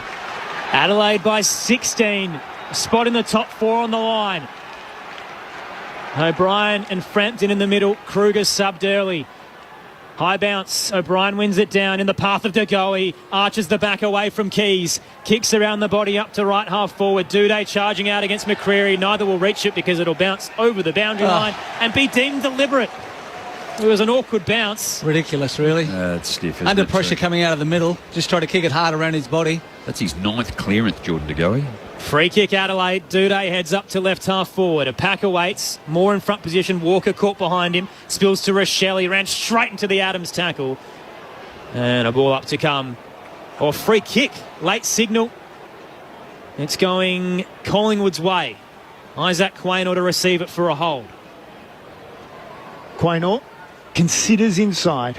Goes halfway. Goes at sort of 45-degree angle. And Riley O'Brien, now, is he going to take the free kick or is there another one in there? There was another one. Butts was pushed out of the marking contest and so he receives it for Adelaide. Player on the mark, standing just on the centre square. Butts goes across the ground straight away to Duday. Further across the ground he goes to the eastern side. Shell takes it. Down the line, accurate with his pass. Pedler takes it. And that's 50. And there was a mark taken. And Nick Dacos was on the mark, and then he decided to go sideways, and the umpire said, no, I've called you to stand. And so it's a 50 that takes Pedler to near 50, attacking 50 for the Crows. He looks inside and waits, and Jordan Dawson runs around the back and takes a player with him. Now he goes hanging out to the left, gets under it a bit. It's going to land about 25 from goal. Walker almost took it. Jones through the pack off the foot, and a goal. Jones was quite brilliant. The boy from Launceston has his second, and Adelaide have a vital first goal of the final term. 7:15:57 the Crows. Collingwood 5:35, 2 minutes down in the final term. We haven't really seen that in Chase Jones's package, the ability to read the ball off the hands like that, but that was wonderfully done. And he on purpose laid the ball across his boot, Jamo, and just bent it back from left to right. So he's kicked the last 2 goals of the game, and certainly Adelaide are looking good. Look, Luke Pedler just tried to bomb. I think he wanted to go for goal. It came off the side of his boot. Taylor Walker had the jump at it. You're right. It was just, if you look back, Josh Dacos, that's been the only 50 tonight as well from either side. Just critical early in this last quarter. Last 4 scoring shots to Chase Jones. It's the Crows by 22. In the middle, side bottom, Soccer's off the deck. Up towards half forward. Ginnivan leading out. He's been quiet. Takes it on the chest against Hinge. Points long. Heads to the left forward pocket. Johnson's on the lead and he hits him. Excellent entry. Ashdonk Johnson takes it out in front. 25 out. Tight angle to the left. Really nice kick by Jack Ginnivan just to put it out in front. And Ash Johnson just, he's fast on a lead. He was able to get a little bit of split from his opponent. And this is what Collingwood need to hit back straight away. He moves well. Just his 4th kick of the night. Scoreless so far. He's had a goal every game this season. Leans back from 40 and keeps his streak alive. And the Magpies in the hunt. Collingwood have their 6th goal of the evening. 6-5-41. Plays Adelaide 7:15:57. 4 minutes into the final term on Grandstand AFL. A couple of Collingwood players that we really haven't seen much of tonight at all. Ginnivan hasn't really seen much of the football, and as you mentioned, Johnson hasn't either. But you might not have a good day, but you can have good moments, Jamo. And they were very important touches by those 2 players. A couple of times where Adelaide have tried to get in front of you, feel they're going to kick away, but they've responded quickly too, Collingwood, with a goal. So like a tennis match, it's in Adelaide's quarter game. What can they produce? Just playing Rafa Nadal, isn't it? Just know it's going to come back. High bounce, Frampton with a tap down. Adams, beautiful rove. Then gives it to Degoe for Collingwood to go inside forward 50. Johnson the target. Ball comes off hands over the back. Bobby Hill couldn't pull it in. And back behind players, Collingwood player Myercheck. Just down on his haunches, but he's up now and ready to go. Ball, the boundary umpire. Another clearance. Is it Taylor Adams to then Degoe? Just keep winning it out of the centre. Tossed in. O'Brien caught behind Frampton, who wins it down straight to Adams. It bowled through him to Josh Dacos. Handball out in hope. Found Laird. Gave it off. Brought down Rankin in the tackle. He turned it over to Crisp. Forward now to Adams at left half forward. Handed it back into play, or did he? Just walked over the line beforehand. It'll be tossed back into play. Left half forward, just outside the arc for the Magpies. Trailing by 16. Kicking to the right of your radio dial in this final term. Crowd, obviously majority Crows fans. There's a fair few Magpies in the black and white tonight. Frampton wins it down, almost tossed out by Adams. He got it to Nick Dacos in the end. Darting and weaving. Back to Maynard. Heads inside 50. Hill floated across the back of the pack. Unmanned. Takes it on his chest. 30 out. 45-degree angle to the left. Just talking about all the Collingwood players that haven't had an impact. If they're going to step up and push Adelaide right to the end, they're going to ask to do that, and that's what they're starting to do. Just unmarked, wasn't he, Jamo? He's lost his opponent, just drifted at the back. The pack didn't judge the flight of the ball, and he was able to take a uncontested chest mark. Goalless last week for the first time this season. Knows how to finish. Bobby Hill comes in. Big moment. He can't deliver. Minor score on the left-hand side. Crows by 15. 7-15-57. Plays 6-6-42. 6 minutes into the final term on Grandstand AFL. Aaron Bryans, Neil Cross, Rod Jamieson, Stephen Williams with you. Bobby Hill's only had the 6 with the 2 behinds. Have to make the most of all their chances too, Collingwood. You can't imagine they're going to get a stack of looks at goal. Brodie Smith plays on, brings it in for Adelaide. Goes long to the eastern side. Moore picks it up off the ground from the pack attempts. Then inside 50 with the kick. Duday takes it off the pack, having got it from Michael Annie. And then he was pushed as he kicked, and it just rolled across the boundary line. Just remains inside attacking 50 for Collingwood. Crows still haven't activated their sub. Schomburg in waiting. When do you pull the trigger, Jamo? Well, it depends, isn't it? I'm just trying to work out who he's actually going to replace. Frampton wins it down, straight to Mitchell, gives it back to Josh Dacos, skied it into the 50. Side bottom tries to tunnel, Soligo can't get to it. Smith clears for Adelaide, just for territory. Quaynor sitting back. Mark centre wing, up to right half forward. He was trying to get it to side bottom, who was out. But the kick was too wide and too long, out on the full. Chase Jones brings it in immediately. It was dangerous. The mark is paid to Dawson. It was knocked out of his hands late. They get away with one, the Crows. And left half back. Don't have that luxury at the moment too. You've got Will Kelly, who's already on, Nathan Kruger, but Schoenberg, fresh legs. I think it's going to be in and around the middle of the ground. Dawson decided, we'll just play it safe, go down the line. Frampton, 1-2 grabs, did well. Got O'Brien nudged under the ball. Frampton goes across the ground with his kick. Dangerous but successful. Bobby Hill at half-back takes it, runs, hand pass outside, misses Moore, makes him go back and pick it up, Logo centre wing. Hands it off to Dacos. So that's Nick Dacos down the line with a kick, turned it over off his left foot. Michael Annie for Adelaide with the intercept. Made easy, of course, it was basically kicked to him. You don't often see that, do you? The Dacos boys missing targets. On the text line, someone says Josh Dacos needs to settle and play his beautiful game. He's kicking at 25% this quarter, although the Crows have coughed it right back up. Long ball from Jones, cut off by Moore. There's a free kick. Now he heads over the top to Josh Dacos, behind left half forward. Hands it on, Maynard running through, chips it over the top. This is too easy. Elliott marks all alone. He had Crisp running by, didn't give it to him. Instead lowers the eyes to Degoe. It wasn't 15. Has to race away from Rochelle. Kicks from 45. It's across the face, sits up on the behind line. Did it hit the right-hand behind post? No, it stays in. Hinge gathers, gives it to Jones, and Duday will walk it over. Plenty of players flying up on that right-hand behind post. Certainly copped a whack, but the pill stayed in. It'll be tossed back into play. 25 out. Collingwood's attacking 50. Ball back in. Getting to the front. Well, neither ruckman touched it in the end. Tom Mitchell out the back, taken down in a tackle to go. He picked it up, slid the hand pass out. Dacos got it and kicked the goal. Wait on the umpire.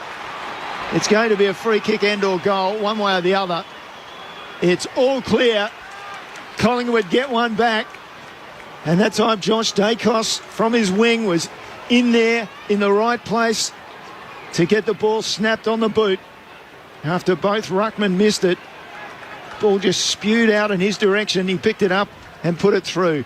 Collingwood creep very, very much closer. 7-6-48, Adelaide 7-15-57. That was more like Josh Dacos, wasn't it? Just under a lot of pressure, just had the presence to find the goals. And, yeah, Collingwood certainly are back in the contest now. Liz Walsh downstairs. Yeah, Harry Schoenberg's been subbed into the game. Jake Saligo has come from the ground and has his training top on. Jordan Agoe's been outstanding with the clearance work again all night. He was involved in that. Tom Mitchell too. Just both of them just went hell for leather straight off the back when it went 30 or 40 out, and then the ball just bobbed out. I think Luke Pedler will rue that. He was not goal side and a long way from Josh. In the middle, O'Brien wins it down. Dawson soccers off the deck up towards the attacking 50. Quaynor charges across to slap it into space. Gathers. He had Murphy on his tail. Handballs it forward, trying to get some territory. Dawson nudges off Nick Dacos, then turns straight into Adams, who brings him down. Whistle stays away. High tackle the call. Free kick to go Adelaide's way. We'll check back in with Liz in a moment. It looked like Champion Data had decided to sub out Rory Laird, but he's just run back onto the ground. So I reckon you've nailed it, Liz. Free kick to the Crows, centre wing, broadcast side. Dawson not sure what to do. Looks back and finally called to play on. He'll rush it forward. Straight to Adams. Cuts it off for the Magpies. That's even Not worse. sure what he was doing. He tries to head to the eastern side. Back with the flight. Miller should have taken it. Dropped it. He'll capitalises again. He's just kicked in hope. Straight to the chest of Butts sitting back. Nobody wants to win it at the moment. 9-point game. Butts on the 45. Finds Scholl close to the boundary line. Adelaide with possession behind centre wing. They're up 7-15-57 to 7-6-48. Scholl goes down the line. And big mark by O'Brien again. Quick hand pass this time to Miller. Inside forward 50 with a kick. Side bottom. The winger slipping back in the gap. Takes a defensive mark for Collingwood. Clears it to Ginnivan. He's come to switch the ball to this side of the ground. Ginnivan down the ground. Finds Markov. One bounce on centre wing. Almost run down by Pedler. His kick to half forward was beautiful. It found Elliott. He wants somebody to run up. He wants a lead up. He's waiting. Now he settles. Surely he can't be... Yes, the umpire's calling him to play on. I was going to say it can't be a shot at goal. He's just indicated he can't kick it. So he goes wide for Ginnivan, then back to Elliott, and all that managed to lose 10 metres. And then Elliott's kick was pinpoint to find Mitchell just inside 50, basically at true centre half forward. Not sure about Tom Mitchell from here. Not probably his one would, the 50-metre shot for a goal, but particularly in the last quarter. So it'll really test him, I think, this one. He's didn't Collingwood when they won the football too. It was 3-on-1 in the back half. Adelaide were never going to win it. Lockie Murphy, hard kick, still side bottom, got back, and didn't they just rocket forward Collingwood once they had hold of the football? Mitchell called the play on as he arcs out to get more distance. Whacks it pretty well. Right to the line. O'Brien got a hand to it and then brought it down. Unfortunately, Adelaide had the numbers there to rush it through. So a minor score after all that for Collingwood, and we've got an 8-point game, and we're about halfway through this final quarter. Adelaide exit to the eastern side. Great pack mark by Thilthorpe. Had more alongside him. That's an elite victory. Heads across to Smith, now Miller. The switch is on to the broadcast side. Miller kicks straight to the logo. Coming out, it should have been taken by Markov. He put it down. Ginnivan comes with the assist. Wheels away from Jones. Hands it on to Maynard. Right half forward. He'll head into the right forward pocket. Charging out. Myercheck can get some flight. Can't bring it down. Michaelani will walk it over. Boundary throw in.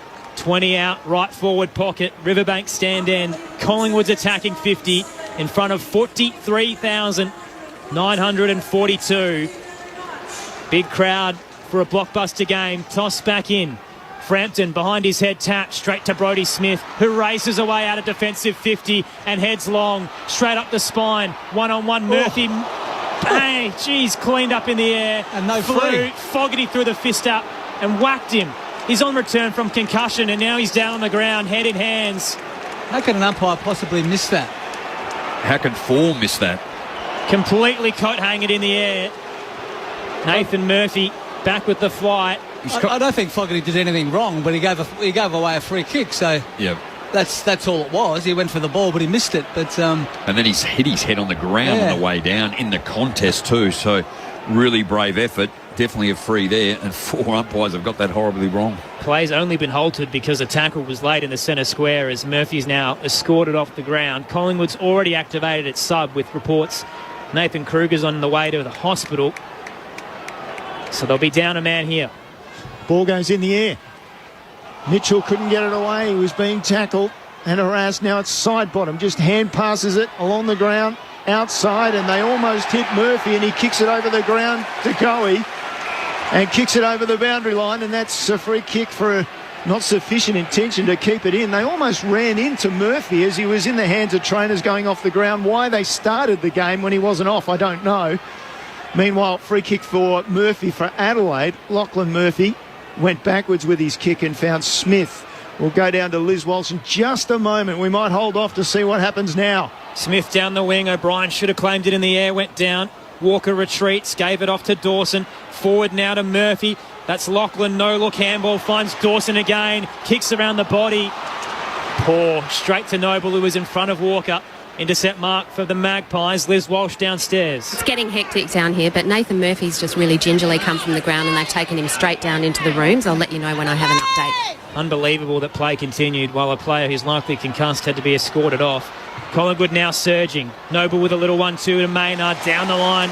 Outnumbered by the Crows. Butts takes the intercept mark and he looks to go. Finds the sub Schonberg. To be fair, like it's just walked off with the trainer, like the players walked off. If there had been a stretch or it had been, yes, then they shut it down. So Schonberg plays on now.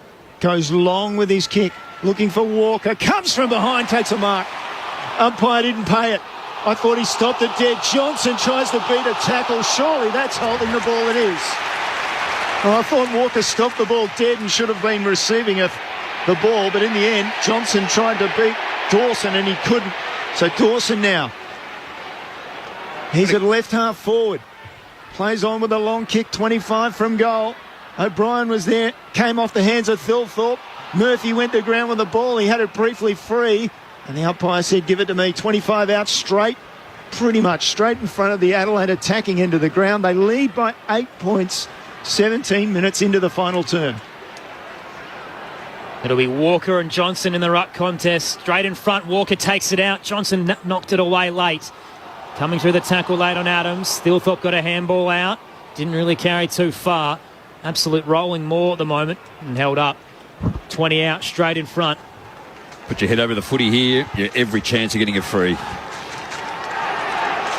Umpire Nathan Toner right in front of it all. Tosses it up. Walker slapped it down looking for Rankin. Didn't quite carry there. Thilthorpe's wrapped up by 4. Another ball up to come as the Crows edge a little closer to the northern end. About 15 out. Reset. Walker gets it down to Rankin this time. Had Elliott in front of him. Couldn't get away. Turns straight to Quaynor, who bulldozes him over the boundary line. Little bit of afters as well, close to the fence. The call will be a boundary throw-in, left forward pocket. Umpires quick to get it underway again. Walker again. Has too much for Johnson. He slings into the ground. He had a hold of one hand as Walker held him off and held the ball in the other. Umpire said, well, we'll call it a draw. Throw it up. So Adelaide's still within about 20 metres of the goal face. Walker taps it down to Sloan this time. He buries himself. Comes out to De Goey. He's going to clear the area for Collingwood. Belts it back towards centre wing. Adelaide with a fist from Murray knocks it forward. Does well to Schonberg. Wide he goes with a kick. Misses his target. He was very much looking for Lockie Murphy there and missed him. We'll get a throw in. Collingwood have successfully gone out of their defensive 50.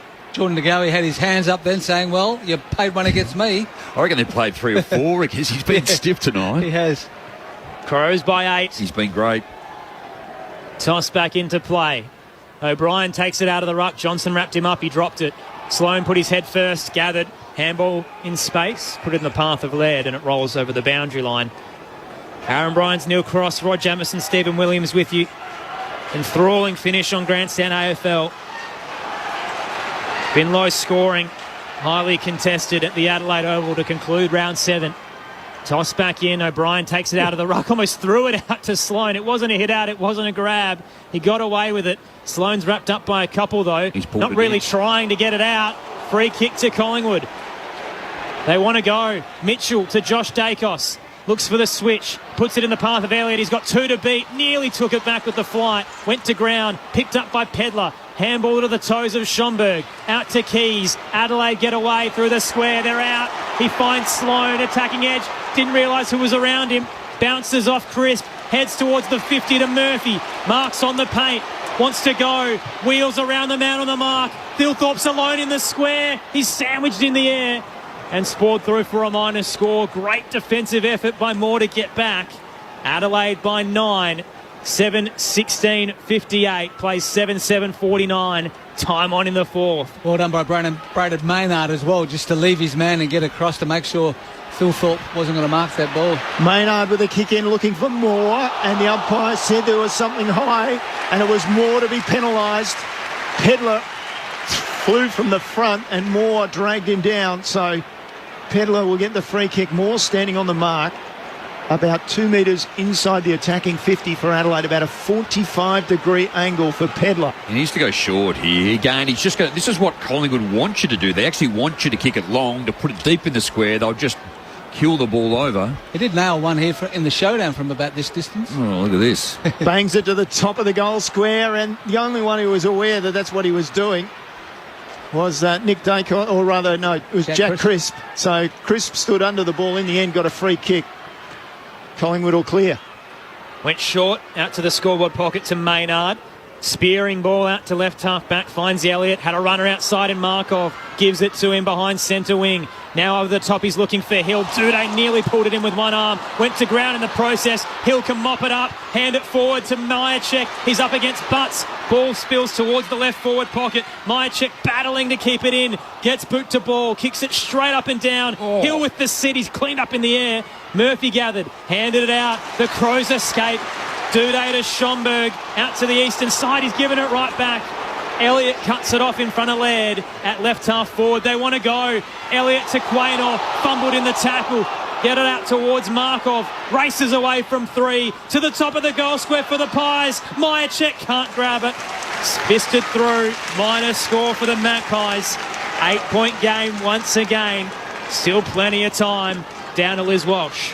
Yeah, I've asked Collingwood for an update on Nathan Murphy, who's still down in the rooms. They've said they'll provide one post-game, so I'm assuming that means that he's actually out of the game. He won't come back after that knock. So Collingwood are down to 3 on the bench off a 5-day break. 5.5 minutes remaining. Dawson brings the ball back in out to the eastern side. Chase Jones went up, forced the ball over the boundary line. It was a good kick. It was only a metre or so from the boundary line. The option for Adelaide was to keep it in tight. So since the 13-minute mark of this last quarter, we've had a rush and a rush behind. 2 for Collingwood, 1 for Adelaide. How brave is our little boundary rider going to Collingwood and asking him, hey, how's your player going with 5.5 minutes to go? Out on the eastern side, it's heavily contested. Whistle stayed away and a couple of tackles. Spills back to Walker. He's got to beat Crisp and he can't, who forces him over the boundary line. Forward of centre wing. Almost near right half forward for the Crows, who are up by 8. This would be momentous for them. They're looking for 5 in a row. It would place them inside the top 4 if the margin is big enough. Toss back in. O'Brien against Johnson. O'Brien won it down through the hands of Jones. Spilled to Nick Dacos. Socket towards McCreery. Overran the footy. Coming across, Mitchell went to ground. Almost a slide tackle but missed it. Spills towards Collingwood's 50 and gathered by Duday. Gave it to Murray. Beautiful diving smother by Nick Dacos. And it rolls over the boundary line. Left forward pocket. 30 out for Collingwood. They keep pressing. They're still well and truly in this game. Any time of the game, something like that is inspirational. But deep in the last quarter of the game, so tight. Boundary getting thrown in now here. just around from them goal. Outstanding. Ball comes back into play. Every player in that quadrant of the ground. It comes off the pack to Josh Dacos, and he hooks the kick and the tackle out on the full. Adelaide will get blessed relief through Tom Doedee, and he'll go, you would imagine, straight away out on that eastern side, close to the boundary line. The margin's so important here. On the live ladder, Adelaide needs one more point to go ahead of Collingwood into the top four. Doedee kicks it wide, and coming and meeting it was Maynard. Couldn't take it.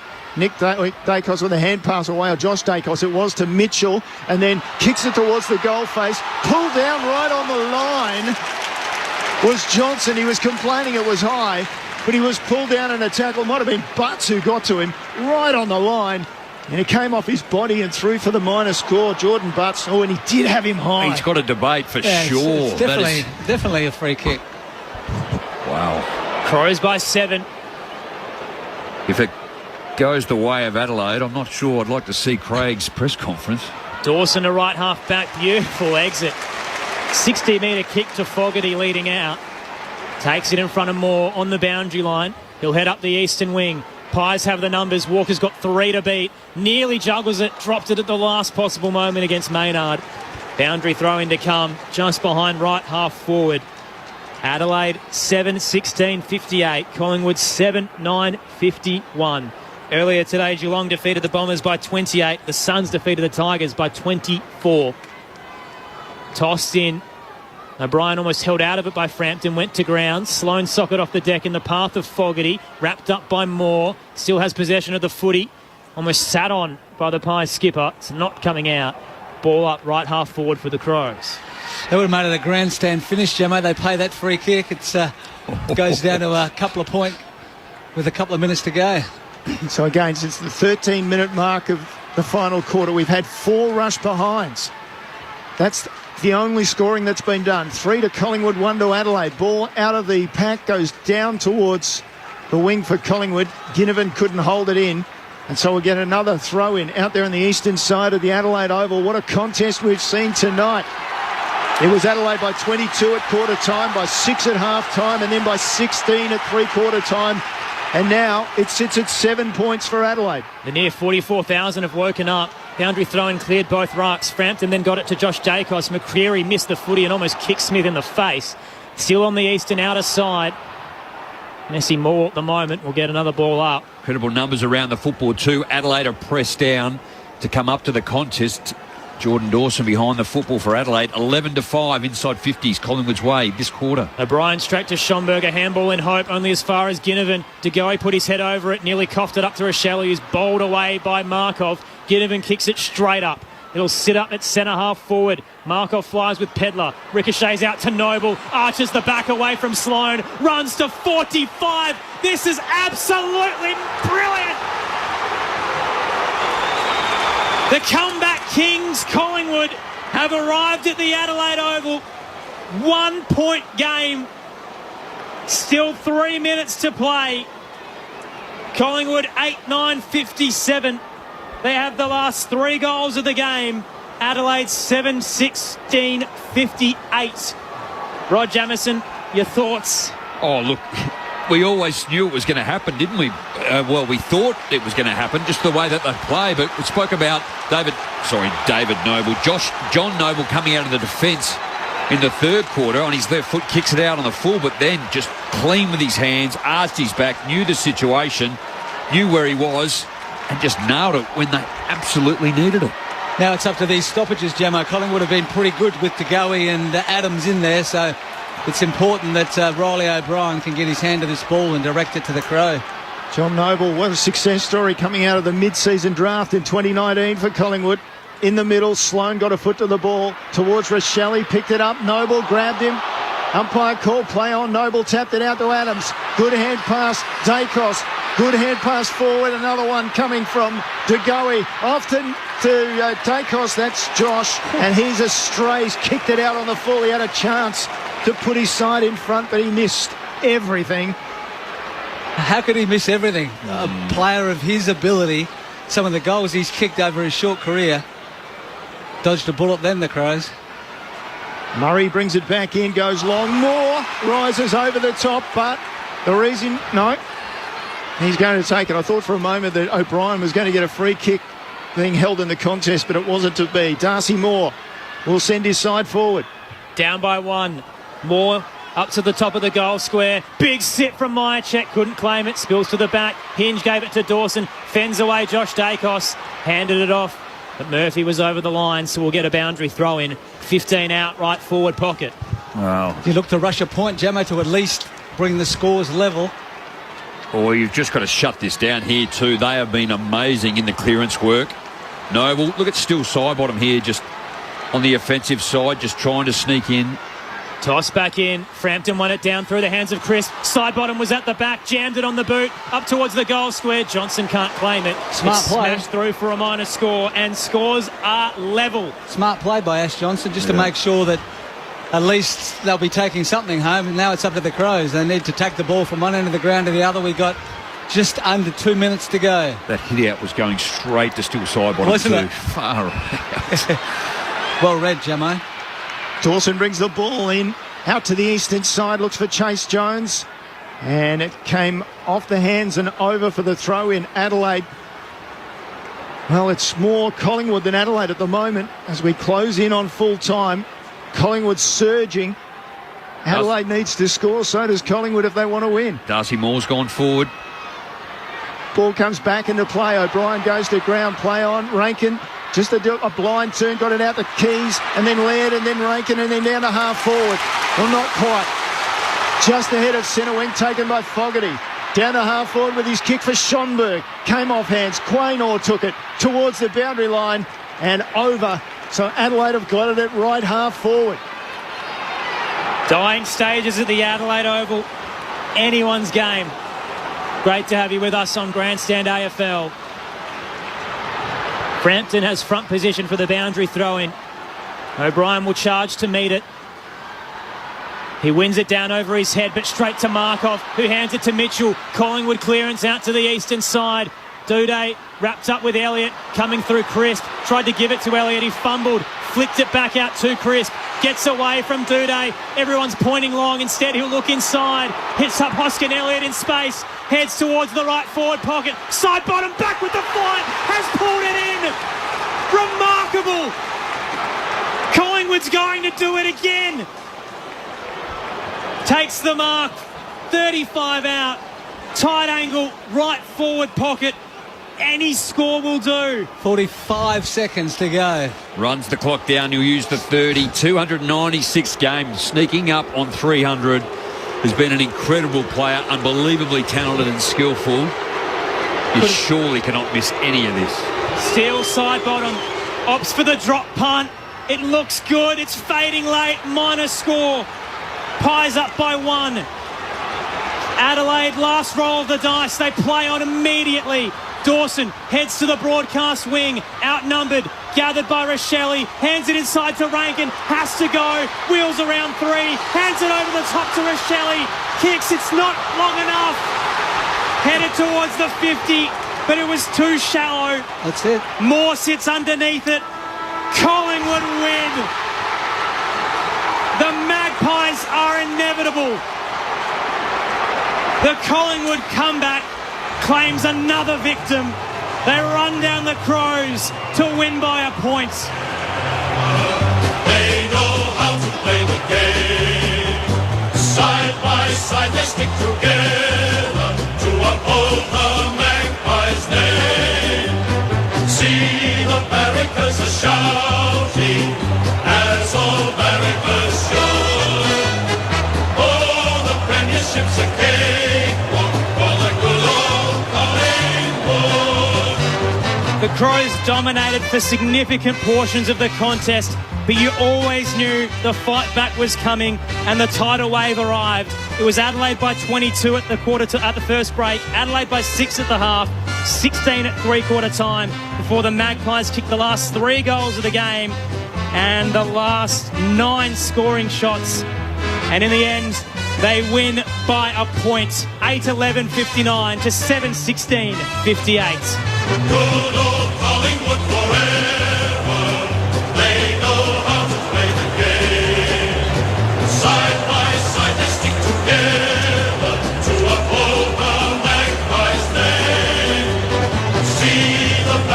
hearts are shouting as old America soon. Oh, the premiership's a cakewalk for the good old Collingwood. For the first time since round 12 of 2012, Collingwood will finish the round at the top of the table. They're a game clear of Melbourne, St Kilda, Brisbane, Port Adelaide. The Magpies are the team to beat in season 2023. The goal scorers to conclude the contest: Myercheck with 3, singles to Johnson, Hoskin Elliott, Frampton, Noble and Josh Dacos. For the Crows, 2 to Jones and Pedlar, singles to Sloan, Walker and Rankin. They'll rue their missed opportunities. They had that one last roll of the dice. Rochelle did absolutely everything to run back into play, but just didn't have the power on his delivery towards the 50. And Darcy Moore, the best defender in the game, knew exactly where to position himself.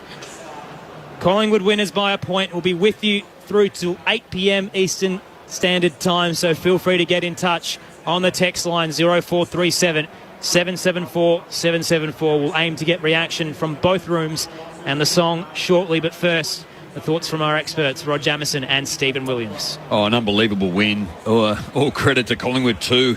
They were up against it, weren't they? They had the Nathan Murphy incident. He comes off. Ash Johnson too could have got a free. And then had a look at the frees here at the end of the game. 28 Adelaide, 18 to Collingwood. So it was just a game that right from the outset, albeit under pressure, Adelaide didn't execute, kept Collingwood in the game at that particular point. But the way that Collingwood have just stuck fat and kept going, and some of the players that really just dragged their team off the mat and to keep it into the game. Jordan Ngoe, I thought just his ability to win the football in the middle was outstanding too. Tom Mitchell, great. And then you talk about Darcy Moore, Maynard, Quainer late. There were multiple highlights for Collingwood, but they just persevered. And in the end, it was 5 inside 50s to 15 in that last quarter.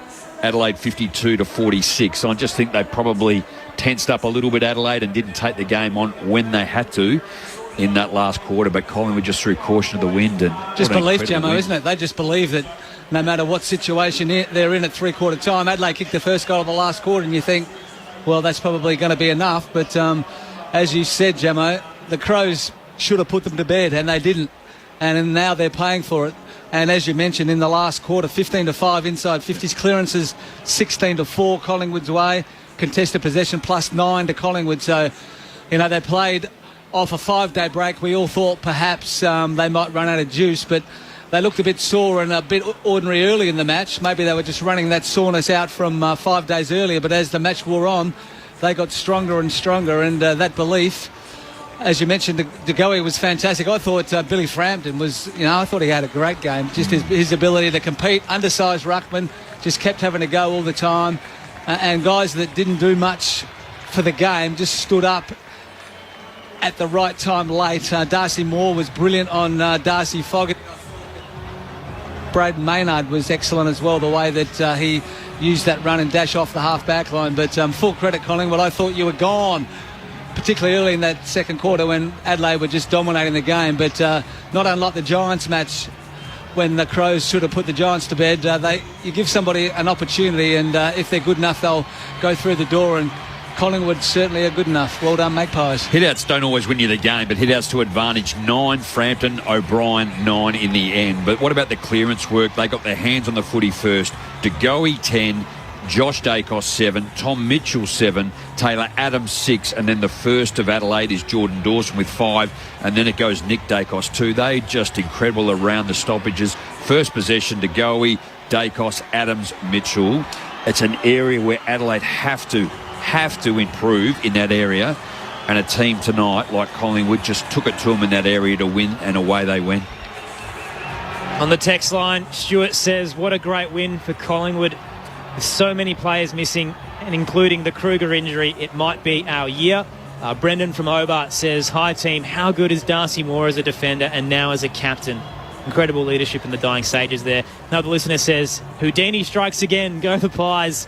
It's astonishing, Jamo. I can't believe how they keep getting away with it. It's this incredible belief from Craig McRae. I mean, they've now won by 14 points or less 14 of their last 22, and they've had 11 games since the start of last year where they've won by less than 10 points. Well, I think you can talk to Stephen about this too. Like when you're challenged, I think for those that have listened to the ABC for a while, we talk about 2017. I came to almost every game in 2007 going, Adelaide will win. You just come with that mindset, and if you get challenged, you change the way and you manipulate your way through the game. I mean, your time at Port Adelaide, you just knew that when you were challenged, you just had, and it's time. So I think you can understand the experience and the players and the quality, but there is a percentage of it where it just happens, it just gels, and I think Collingwood, right at the moment, have absolutely got that under Craig McRae. And they've got fantastic leaders that lead the way, and the young blokes come along. We talked about Ginnivan hadn't done much, but he had some really important touches in the last quarter. Ash Johnson the same, hadn't done much all day, had some important touches. Bobby Hill the same. So you've got those experienced blokes driving you. You've got Darcy Moore back there when Adelaide were able to get the ball free and get it into their forward 50. He was just a roadblock. You know, Darcy Fogarty is a terrific young player and has had a wonderful season, but you know, Darcy Moore certainly blanketed him today. They knew how important a player he is to Adelaide, and those Adelaide forwards looked like they might take it out of Collingwood's hands early, but they just couldn't convert when they had the opportunities. And what a great win for Collingwood. It's just a team that believes they're never down and out, and it certainly works the other way too. The opposition just start to think, oh, gee, they're coming at us, and they come at them.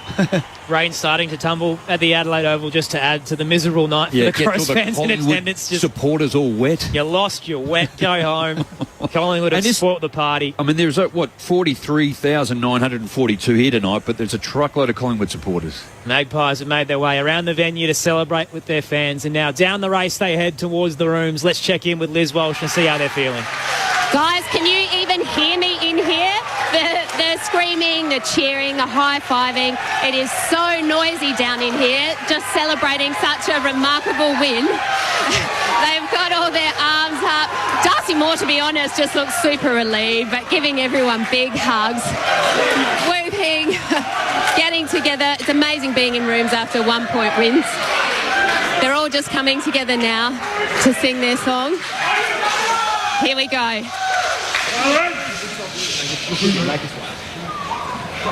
Greg, we can get it off? The roof? Let's go. Yeah. Billy Frampton.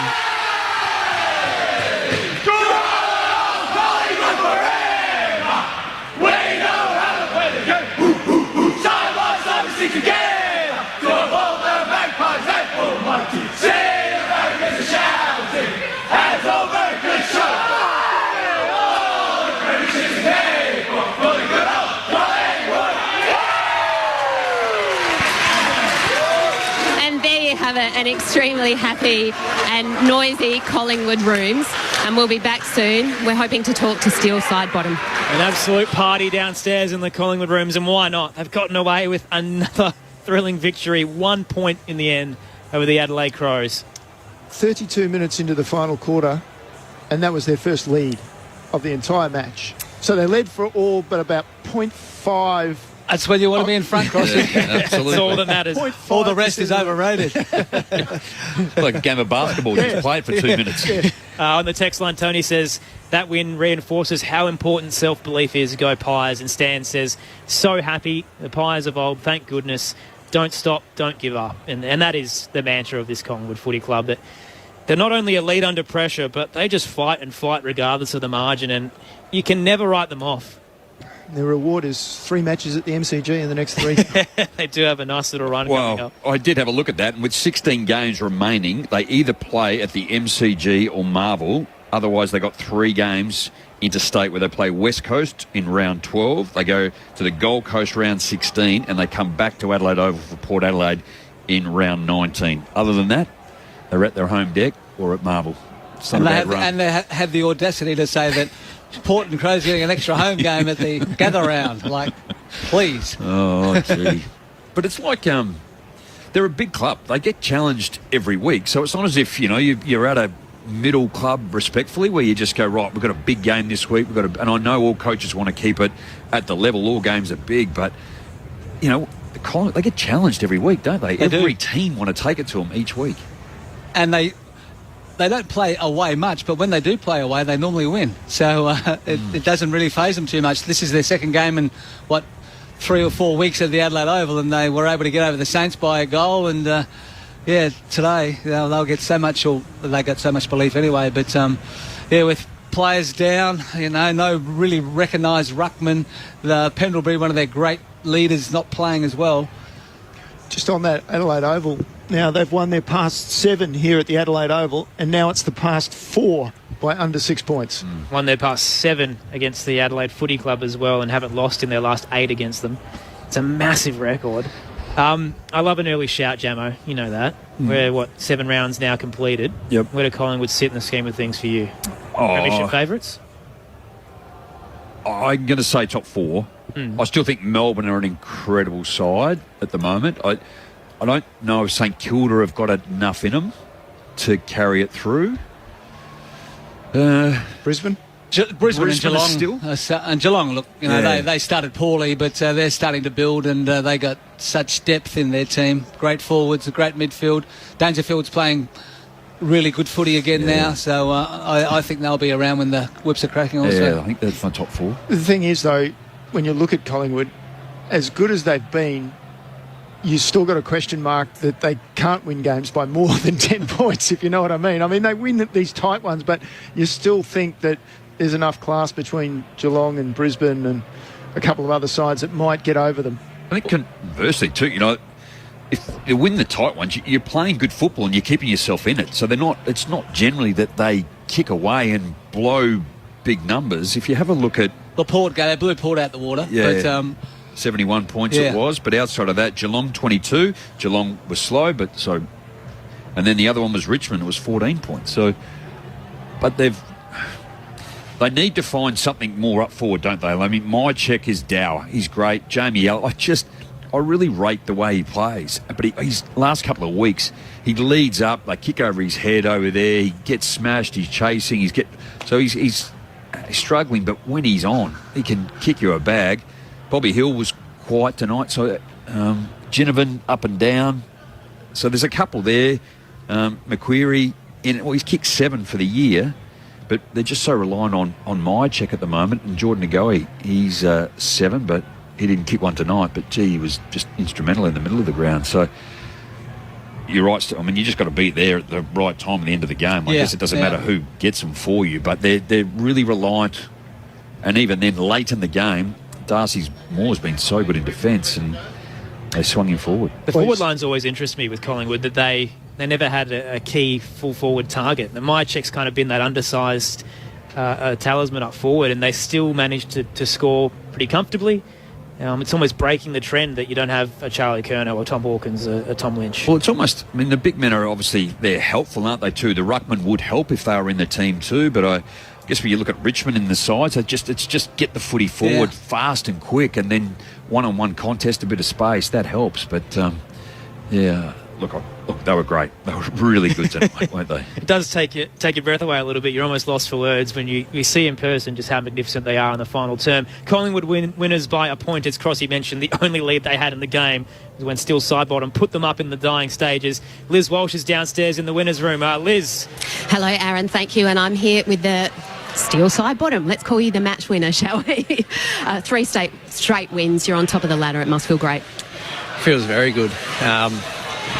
What a win. I think we just keep finding ways to win, and that one, I mean, they're all great, but that one feels extra special, Describe what was going through your head as you were lining up for goal then.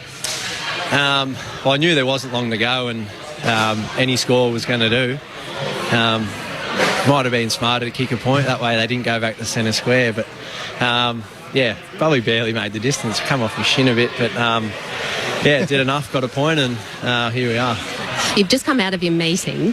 Can you describe what it was like just then? Because for us out here, we're not in the change rooms there. It sounded like you were all banging on the change rooms or something. It sounded like thunder was rolling in. What was happening in there? Yeah, it was rolling in. We love to celebrate our wins, and that was a little extension of the song. We went in there and celebrated again together. So, Fly talks about really enjoying the wins, and we'd like to do that.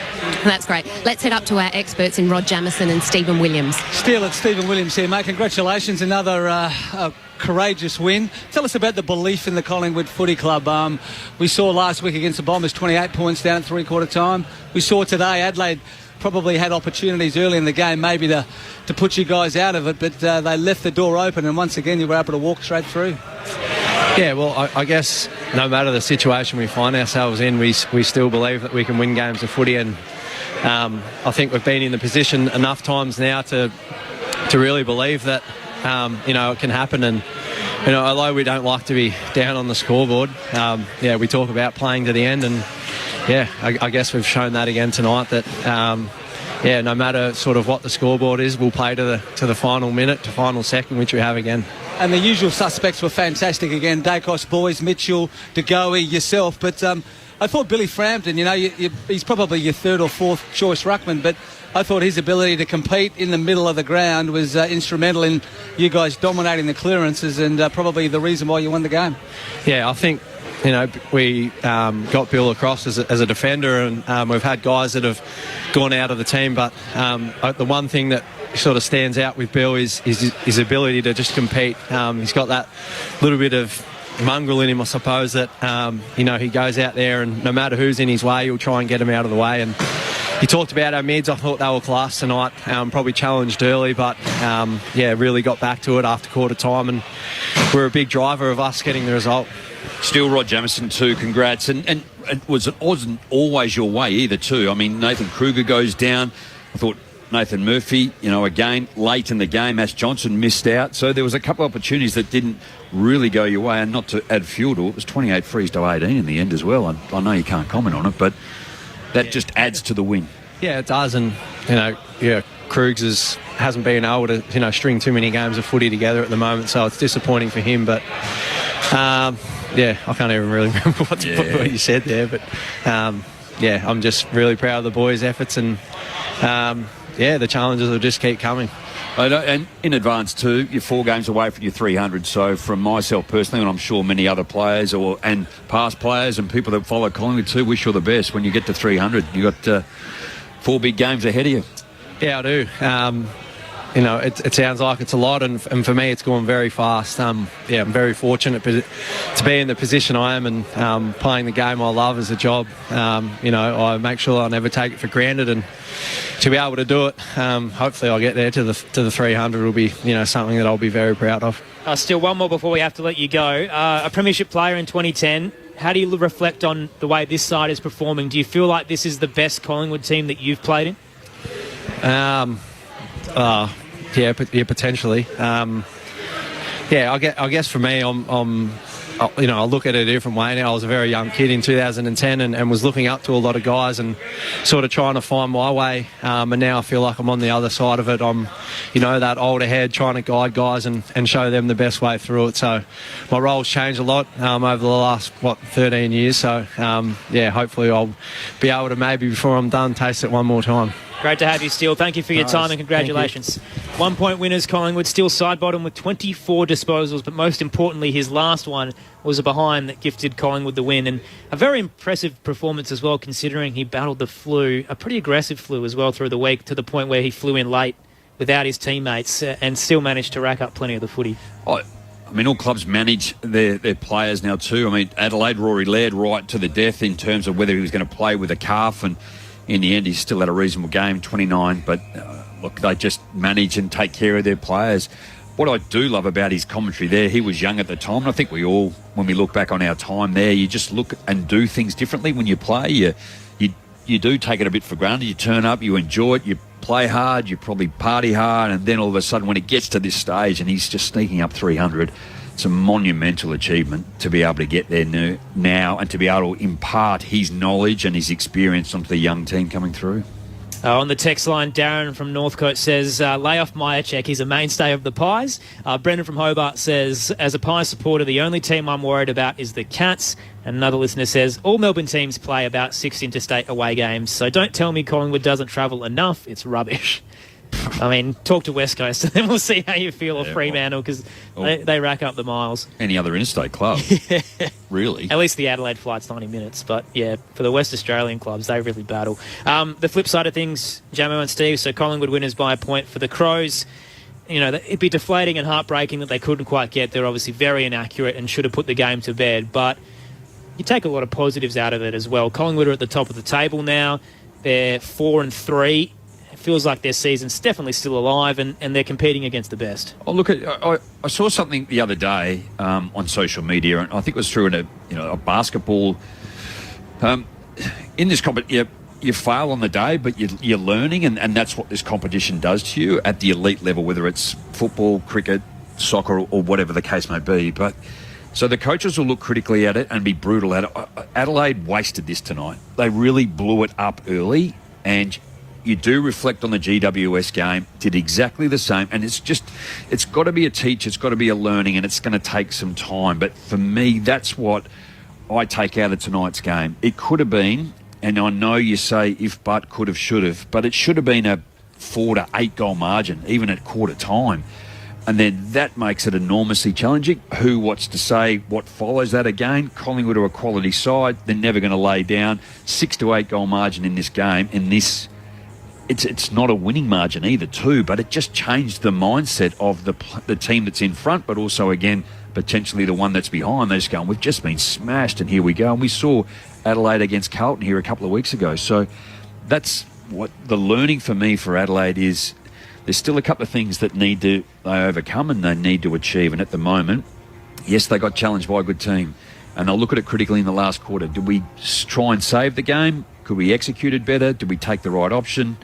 I just feel Adelaide went to the same spot over and over again, and Collingwood played Adelaide how they wanted them to play, or how they wanted Adelaide to enter that 50. They had to change the way they did it to create some space. Rankin, give Murphy some space, give Rochelle some space. And you look at a couple of different options there. I feel that they should have given it, and they didn't. And they put themselves under pressure and missed easy goals in the early part of the game. So there's a lot to improve from Adelaide. There is, but I think if Matthew Nicks sits down and they go through that first quarter again, they just absolutely dominated the game. That was the Carlton first quarter, but it wasn't the conversion. And Carlton made a mini comeback against the Crows, got back to within 3 or 4, but you still have that buffer. And then in the next one you kick, you put the uprising down sort of thing, but they weren't able to give Collingwood that big deficit. And we know the belief in the Collingwood Footy Club. They just kept coming and coming, and fortunately for them, they got over the line in the end. But I think Adelaide know that their best is good enough to beat anybody. 7-16, and 3 of those were rushed. So again, when you go through, Chase Jones misses 2 behinds in the third quarter. Josh Rochelli's kicked 4 behinds. Luke Pedler missed the 2 easy ones. Saligo in the second. Isaac Rankin the second and the third. And again, it's easy to sit up here and say that, but in terms of the quality of the players and where they line up for goals, they need to convert better, and they were the number 1 team in the competition coming into tonight's game. I love Jordan Dawson's footy at the moment, but the last couple of weeks he has been a different person. He's usually so accurate with his kicks, and he had a couple of magnificent ones tonight, but a lot of turnovers against Hawthorn, and the same tonight. It feels like teams understand that they need to almost double team him and put that pressure on, because he really drives their ball movement. Well, it's probably no different to the Nick Dacos one. Exactly the same, yeah. They know how good he is, how dangerous he is when he's got time and space, and that left foot can pierce through any defence, but you have to put pressure on. The same with Nick Dacos. We saw him do some uncharacteristic things. We saw Josh Dacos miss 2 opportunities to put Collingwood in front, and he kicks the ball out of bounds on the full, and he's such a wonderful kick of the footy. So pressure, doesn't matter who you are, if there's enough pressure, you'll make mistakes. And that's where Nathan Murphy, Darcy Moore still side bottom. You watch them where they set up behind the footy. They give you the space, because if you can't hit that footy hard, low and fast, it just sits up a little bit high, and they can sprint and get you there, and that's where they do it so well. If you are good enough to hit it, you hit it, and you'll get over the back, no worries. And Adelaide did that in the first quarter, didn't they? And cut them apart. Yep. How many times did we see loose Crows players over the back and had the goal to their mercy, but they just couldn't make Collingwood pay? They've got the Cats next weekend at Cardinia Park, who are on a roll at the moment. It's a real testing month for the Crows. They've had this really good start. It feels like they're pushing towards a finals contender. Geelong to come next Saturday, St Kilda after that, the Western Bulldogs, and then the Brisbane Lions. It's a brutal month of footy. And then Gold Coast away. And, you know, like it is. And we always, a couple of weeks ago when we started to talk about after they beat Port and Freo, and then come into the Carlton game, we said, well, where's Adelaide at? We said, well, let's get to round 11, round 12, and we'll have a better indication. I still think that's the case. Yeah, I think so too, Gemma. I love this from Rudley on the text line, 0437 774 774. He says, gripping call by the ABC, outstanding finish. In that last quarter, the ball was hotter than the inside of a Chico roll. I love the Chico roll too. Which can get hot, particularly when they've been sitting in that. But it's the last one there, and they're just hot and hard. I love a Chico roll. Magnificent there. Also, I guess the storyline's added tonight. So no injuries for the Crows, and Rory Laird makes it through with 29 touches. The Kruger injury doesn't sound great, off to the hospital, and it will leave Collingwood a little bit exposed in the coming weeks. Obviously, a fair few of their tools are out, and Billy Frampton was basically one out after that injury. Now they're hoping Mason Cox will be back soon. Darcy Cameron's still a good couple of weeks away. Daniel McStay's out long-term as well. 9 weeks. It doesn't leave them with a lot of options. Darcy Cameron's got 6 weeks. Yeah, so they've still got, and Jeremy Howe, in terms of where he's at with his arm, and there's no set and time winning. on him. They're winning without them. Yeah. Just goes to show, doesn't it, that you can use injuries as an excuse, or you can use it as an opportunity to say, well, let's try some guys and see how we go. And, yeah, they've been great. Collingwood winners by a point. We're with you for the next 16 minutes on Grandstand AFL. We'll get the votes in a moment. But let's head into the losers' rooms tonight. The Adelaide Footy Club, who were very impressive for the majority of the night, but just couldn't get over the line. Liz Walsh is downstairs. Thanks, Aaron. That's right. I'm here in the Crows' rooms, and Riley O'Brien has been good enough to join us. Riley, a heartbreaking loss. How do you package that one up? Yeah, really disappointing. Probably the most disappointing loss on a gut feel I've been involved in. We sort of had the game and, we just let it slip. A few crucial contests late and didn't take our opportunities throughout the game, and then didn't win the crucial contest late in the game and let them back in it. Is it too simple to say you just needed to convert better in front of goal? Yeah, I think our polish forward of centre in general, and then our conversion, especially when we had the run of play in the first 3 quarters, just left Collingwood in the game. And you know what they're going to do in the last quarter. They come hard and they're a great team. And yeah, that was really disappointing. And then last quarter we just didn't get it done. Super disappointing. Has Matthew Nix had a chance to have a word to the group? What's his message? Yeah, he's echoed similar things in terms of you can't leave sides like that in the game. And then some things in the last quarter. We didn't get it done around clearance. Didn't get it done when we needed to, and obviously, got the result that we got. So, yeah, super disappointing. We'll butter up and come back next week and try and get back on the winners board. But yeah, one that we let slip for sure. Let's head up to our experts in Rod Jamieson and Stephen Williams. Yeah, Riley, Rod Jamieson too. You touched on it, I know it. The game's about improving in the area, but the clearance work, first possession, De Goey, Dacos, Mitchell, Adams, they were outstanding, weren't they?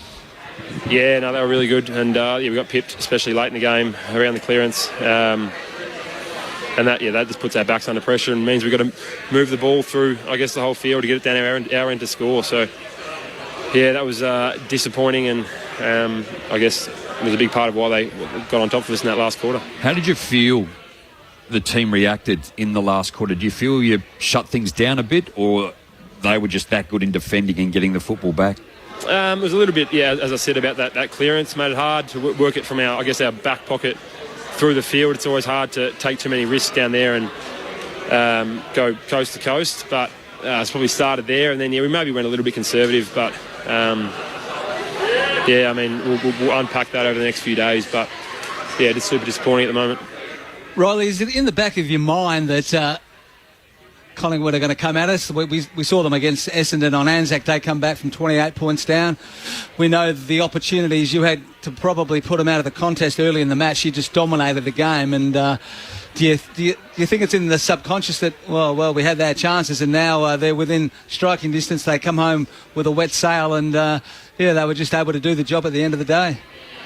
Oh, I mean, they're going to come because they do it week in, week out, and they're a great team. But in saying that, we're ready for that. We knew they were going to come. We just kept playing our way. But at the end of the day, I think it was, as I said, those crucial contests, clearance, we just didn't get done at the coalface, and that makes it hard to close out the game. So, we obviously didn't convert early in the game, but still, in that last quarter, we had our chances to win contests, and we just didn't do it. So, it's definitely very, very deflating. And some of your younger players, although it's a loss and everyone's disappointed, there was still some, Saligo I thought was terrific. Chase Jones had 4 scores in a row in that third quarter to put you, kicked a couple of nice goals towards the first one, the last quarter, and the last one of the third quarter. So although it was a loss, some of the young guys certainly stood up and showed that they can mix it with the heavyweights. Yeah, I mean, certainly not all doom and gloom against the top team and the informed team of the comp. I thought we outplayed them for most of the night, and we just obviously didn't get it done in the end. So, and guys like, as you said, Chase Jones was unbelievable, kicking a couple of goals. Jake Saligo. I mean, a lot of the young guys are playing great footy week in, week out, and they've been awesome. So it's just, I mean, there's positives to take out of it. It's hard to sort of see them at the moment because overwhelming disappointment. But, I'm sure we'll see that over the next few days and then try and build on that going into next week. Riley, Aaron Bryant's here. You're 4-3. Where do you see yourselves in the state of the season? You've had some ripping wins. You've matched it with the best in the competition, and you're inside the top 8 at the end of the round. Yeah, I mean, we've been playing some pretty good footy. I mean, we're 1 point away from winning 5 in a row. So we're certainly playing good footy. We're confident that our brand's holding up against the best. But, I mean, in the context of our season, that's a pretty disappointing loss because, I mean, 5-2, 4-3 with a tough few weeks coming up, it's a big difference. And, I mean, the first couple of weeks of the season we didn't play the way we wanted, and we've adjusted a few things and really got our brand going. But, disappointed to lose, but we'll butter up and we'll get back on board and get a few more wins. But we're feeling really confident with the way we're playing and really confident we'll be able to stay in that top 8. Riley, thanks for your time and congratulations on a really good performance up until the end, and best of luck next week. Appreciate it, guys. Riley O'Brien in the Crows rooms. They lost by a point in the end after leading for the majority of the contest. 8-11-59, Collingwood, Adelaide 7-16-58. Aaron Bryans, Neil Cross, Rod Jamison, Stephen Williams with you. Good talker, Riley O'Brien. Really smart guy, actually, too. One of the senior leaders. Yeah, and loves to carry the workload. Probably needs a bit of a chop out. You see him around the ground. He can clunk him when he wants to, and he gets his hand on him a lot of the time. You go, oh, man, really? But he finds he gets into the right position. Got his hand on it. I thought Billy Frampton, I watched the Anzac Day game, and I thought Billy didn't even compete in the middle of the ground. He just sat back and just sort of allowed Essendon to take control airily, and then they cleaned up. But I thought the way that Billy, right from the outset, he was into Riley O'Brien, up in the contest too, and then the follow-up as well. So almost another midfielder the way he moved. So the end of round 7, Collingwood is at the top of the table on 24 points, a game clear of the other contenders. Melbourne in second, St Kilda third, Brisbane fourth, put Adelaide fifth now in the conversation, which almost seems like a surprise, but they're in a good run of form after the win over St Kilda. Carlton in sixth, thanks to the draw with Richmond, and then Geelong and Adelaide in 7 and 8 on percentage, just ahead of the Bombers and the Bulldogs. Sydney, the Giants and the Suns after that, and the bottom 5 is Fremantle North, Richmond, Hawthorn and West Coast. Are you 3-2-1, gents, in the ABC Footballer of the Year? Who you got, Gemmo? All right. I'm going to go all Collingwood tonight too. I mean, there is apologies maybe for Jordan Dawson, Jake Saligo, Rory Laird, but I'm going to go one vote for the much maligned, and we sort of gave it to him a little bit, but Brodie Myercheck. I just thought, again, he hung in there. He was the target. And he ended up with 3 goals tonight when he was really the only option that they were going to. 2 votes, the skipper, Darcy Moore, just his ability to swing back, get his fist to it, intercept marking too, when he had to. We're so heavily reliant upon him. But for me, I thought tonight, Jordan De Goey's game was exceptional. And he really got them off the mat. He had 24 disposals in the end at 63%, but 15 contested, 11 ground ball gets, 10 clearances, 4 inside 50. Maybe the only knock on, he gave away 6 frees. But, I just think he has been maligned, and it's probably self-imposed too, years gone by. And he just got a bit of a smarten up, didn't he, at the end of last year? And the way he played tonight, I thought he was tremendous with the rest of the midfield. Couple of quick texts to run through. One listener says, I can't believe we got Tom Mitchell. He's exactly what we needed. Inside bull, happy days. Darren from Northcote says, pretty good effort by Collingwood to adapt, especially in the ruck and without Pendlebury. It was a classic case of Adelaide leaving the door open. Yep. And also Merv is wondering where Paddy Parnell is. Is there a spot for him in the Crows lineup? So he has returned from his concussion in the Sandful, and he had a pretty good game today against South Adelaide, 27 touches. Sam Berry was the same. He had 27, 9 tackles, 7 clearances. And, talking about Collingwood, Tyler Brown, he had 28, 8 tackles, 9 clearances today, so he did okay. And Ned McHenry had 22 and kicked 3 goals. So a couple of the players playing in the SNFL did well. They had a big win against South Adelaide. Always good to have some pressure from below. That concludes round 7, so Collingwood winners by a point.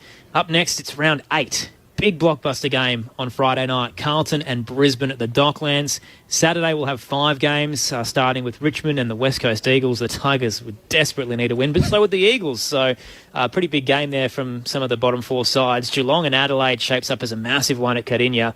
Real test for the Crows as Geelong continue to resurge. The Suns and the D's then at Metricon.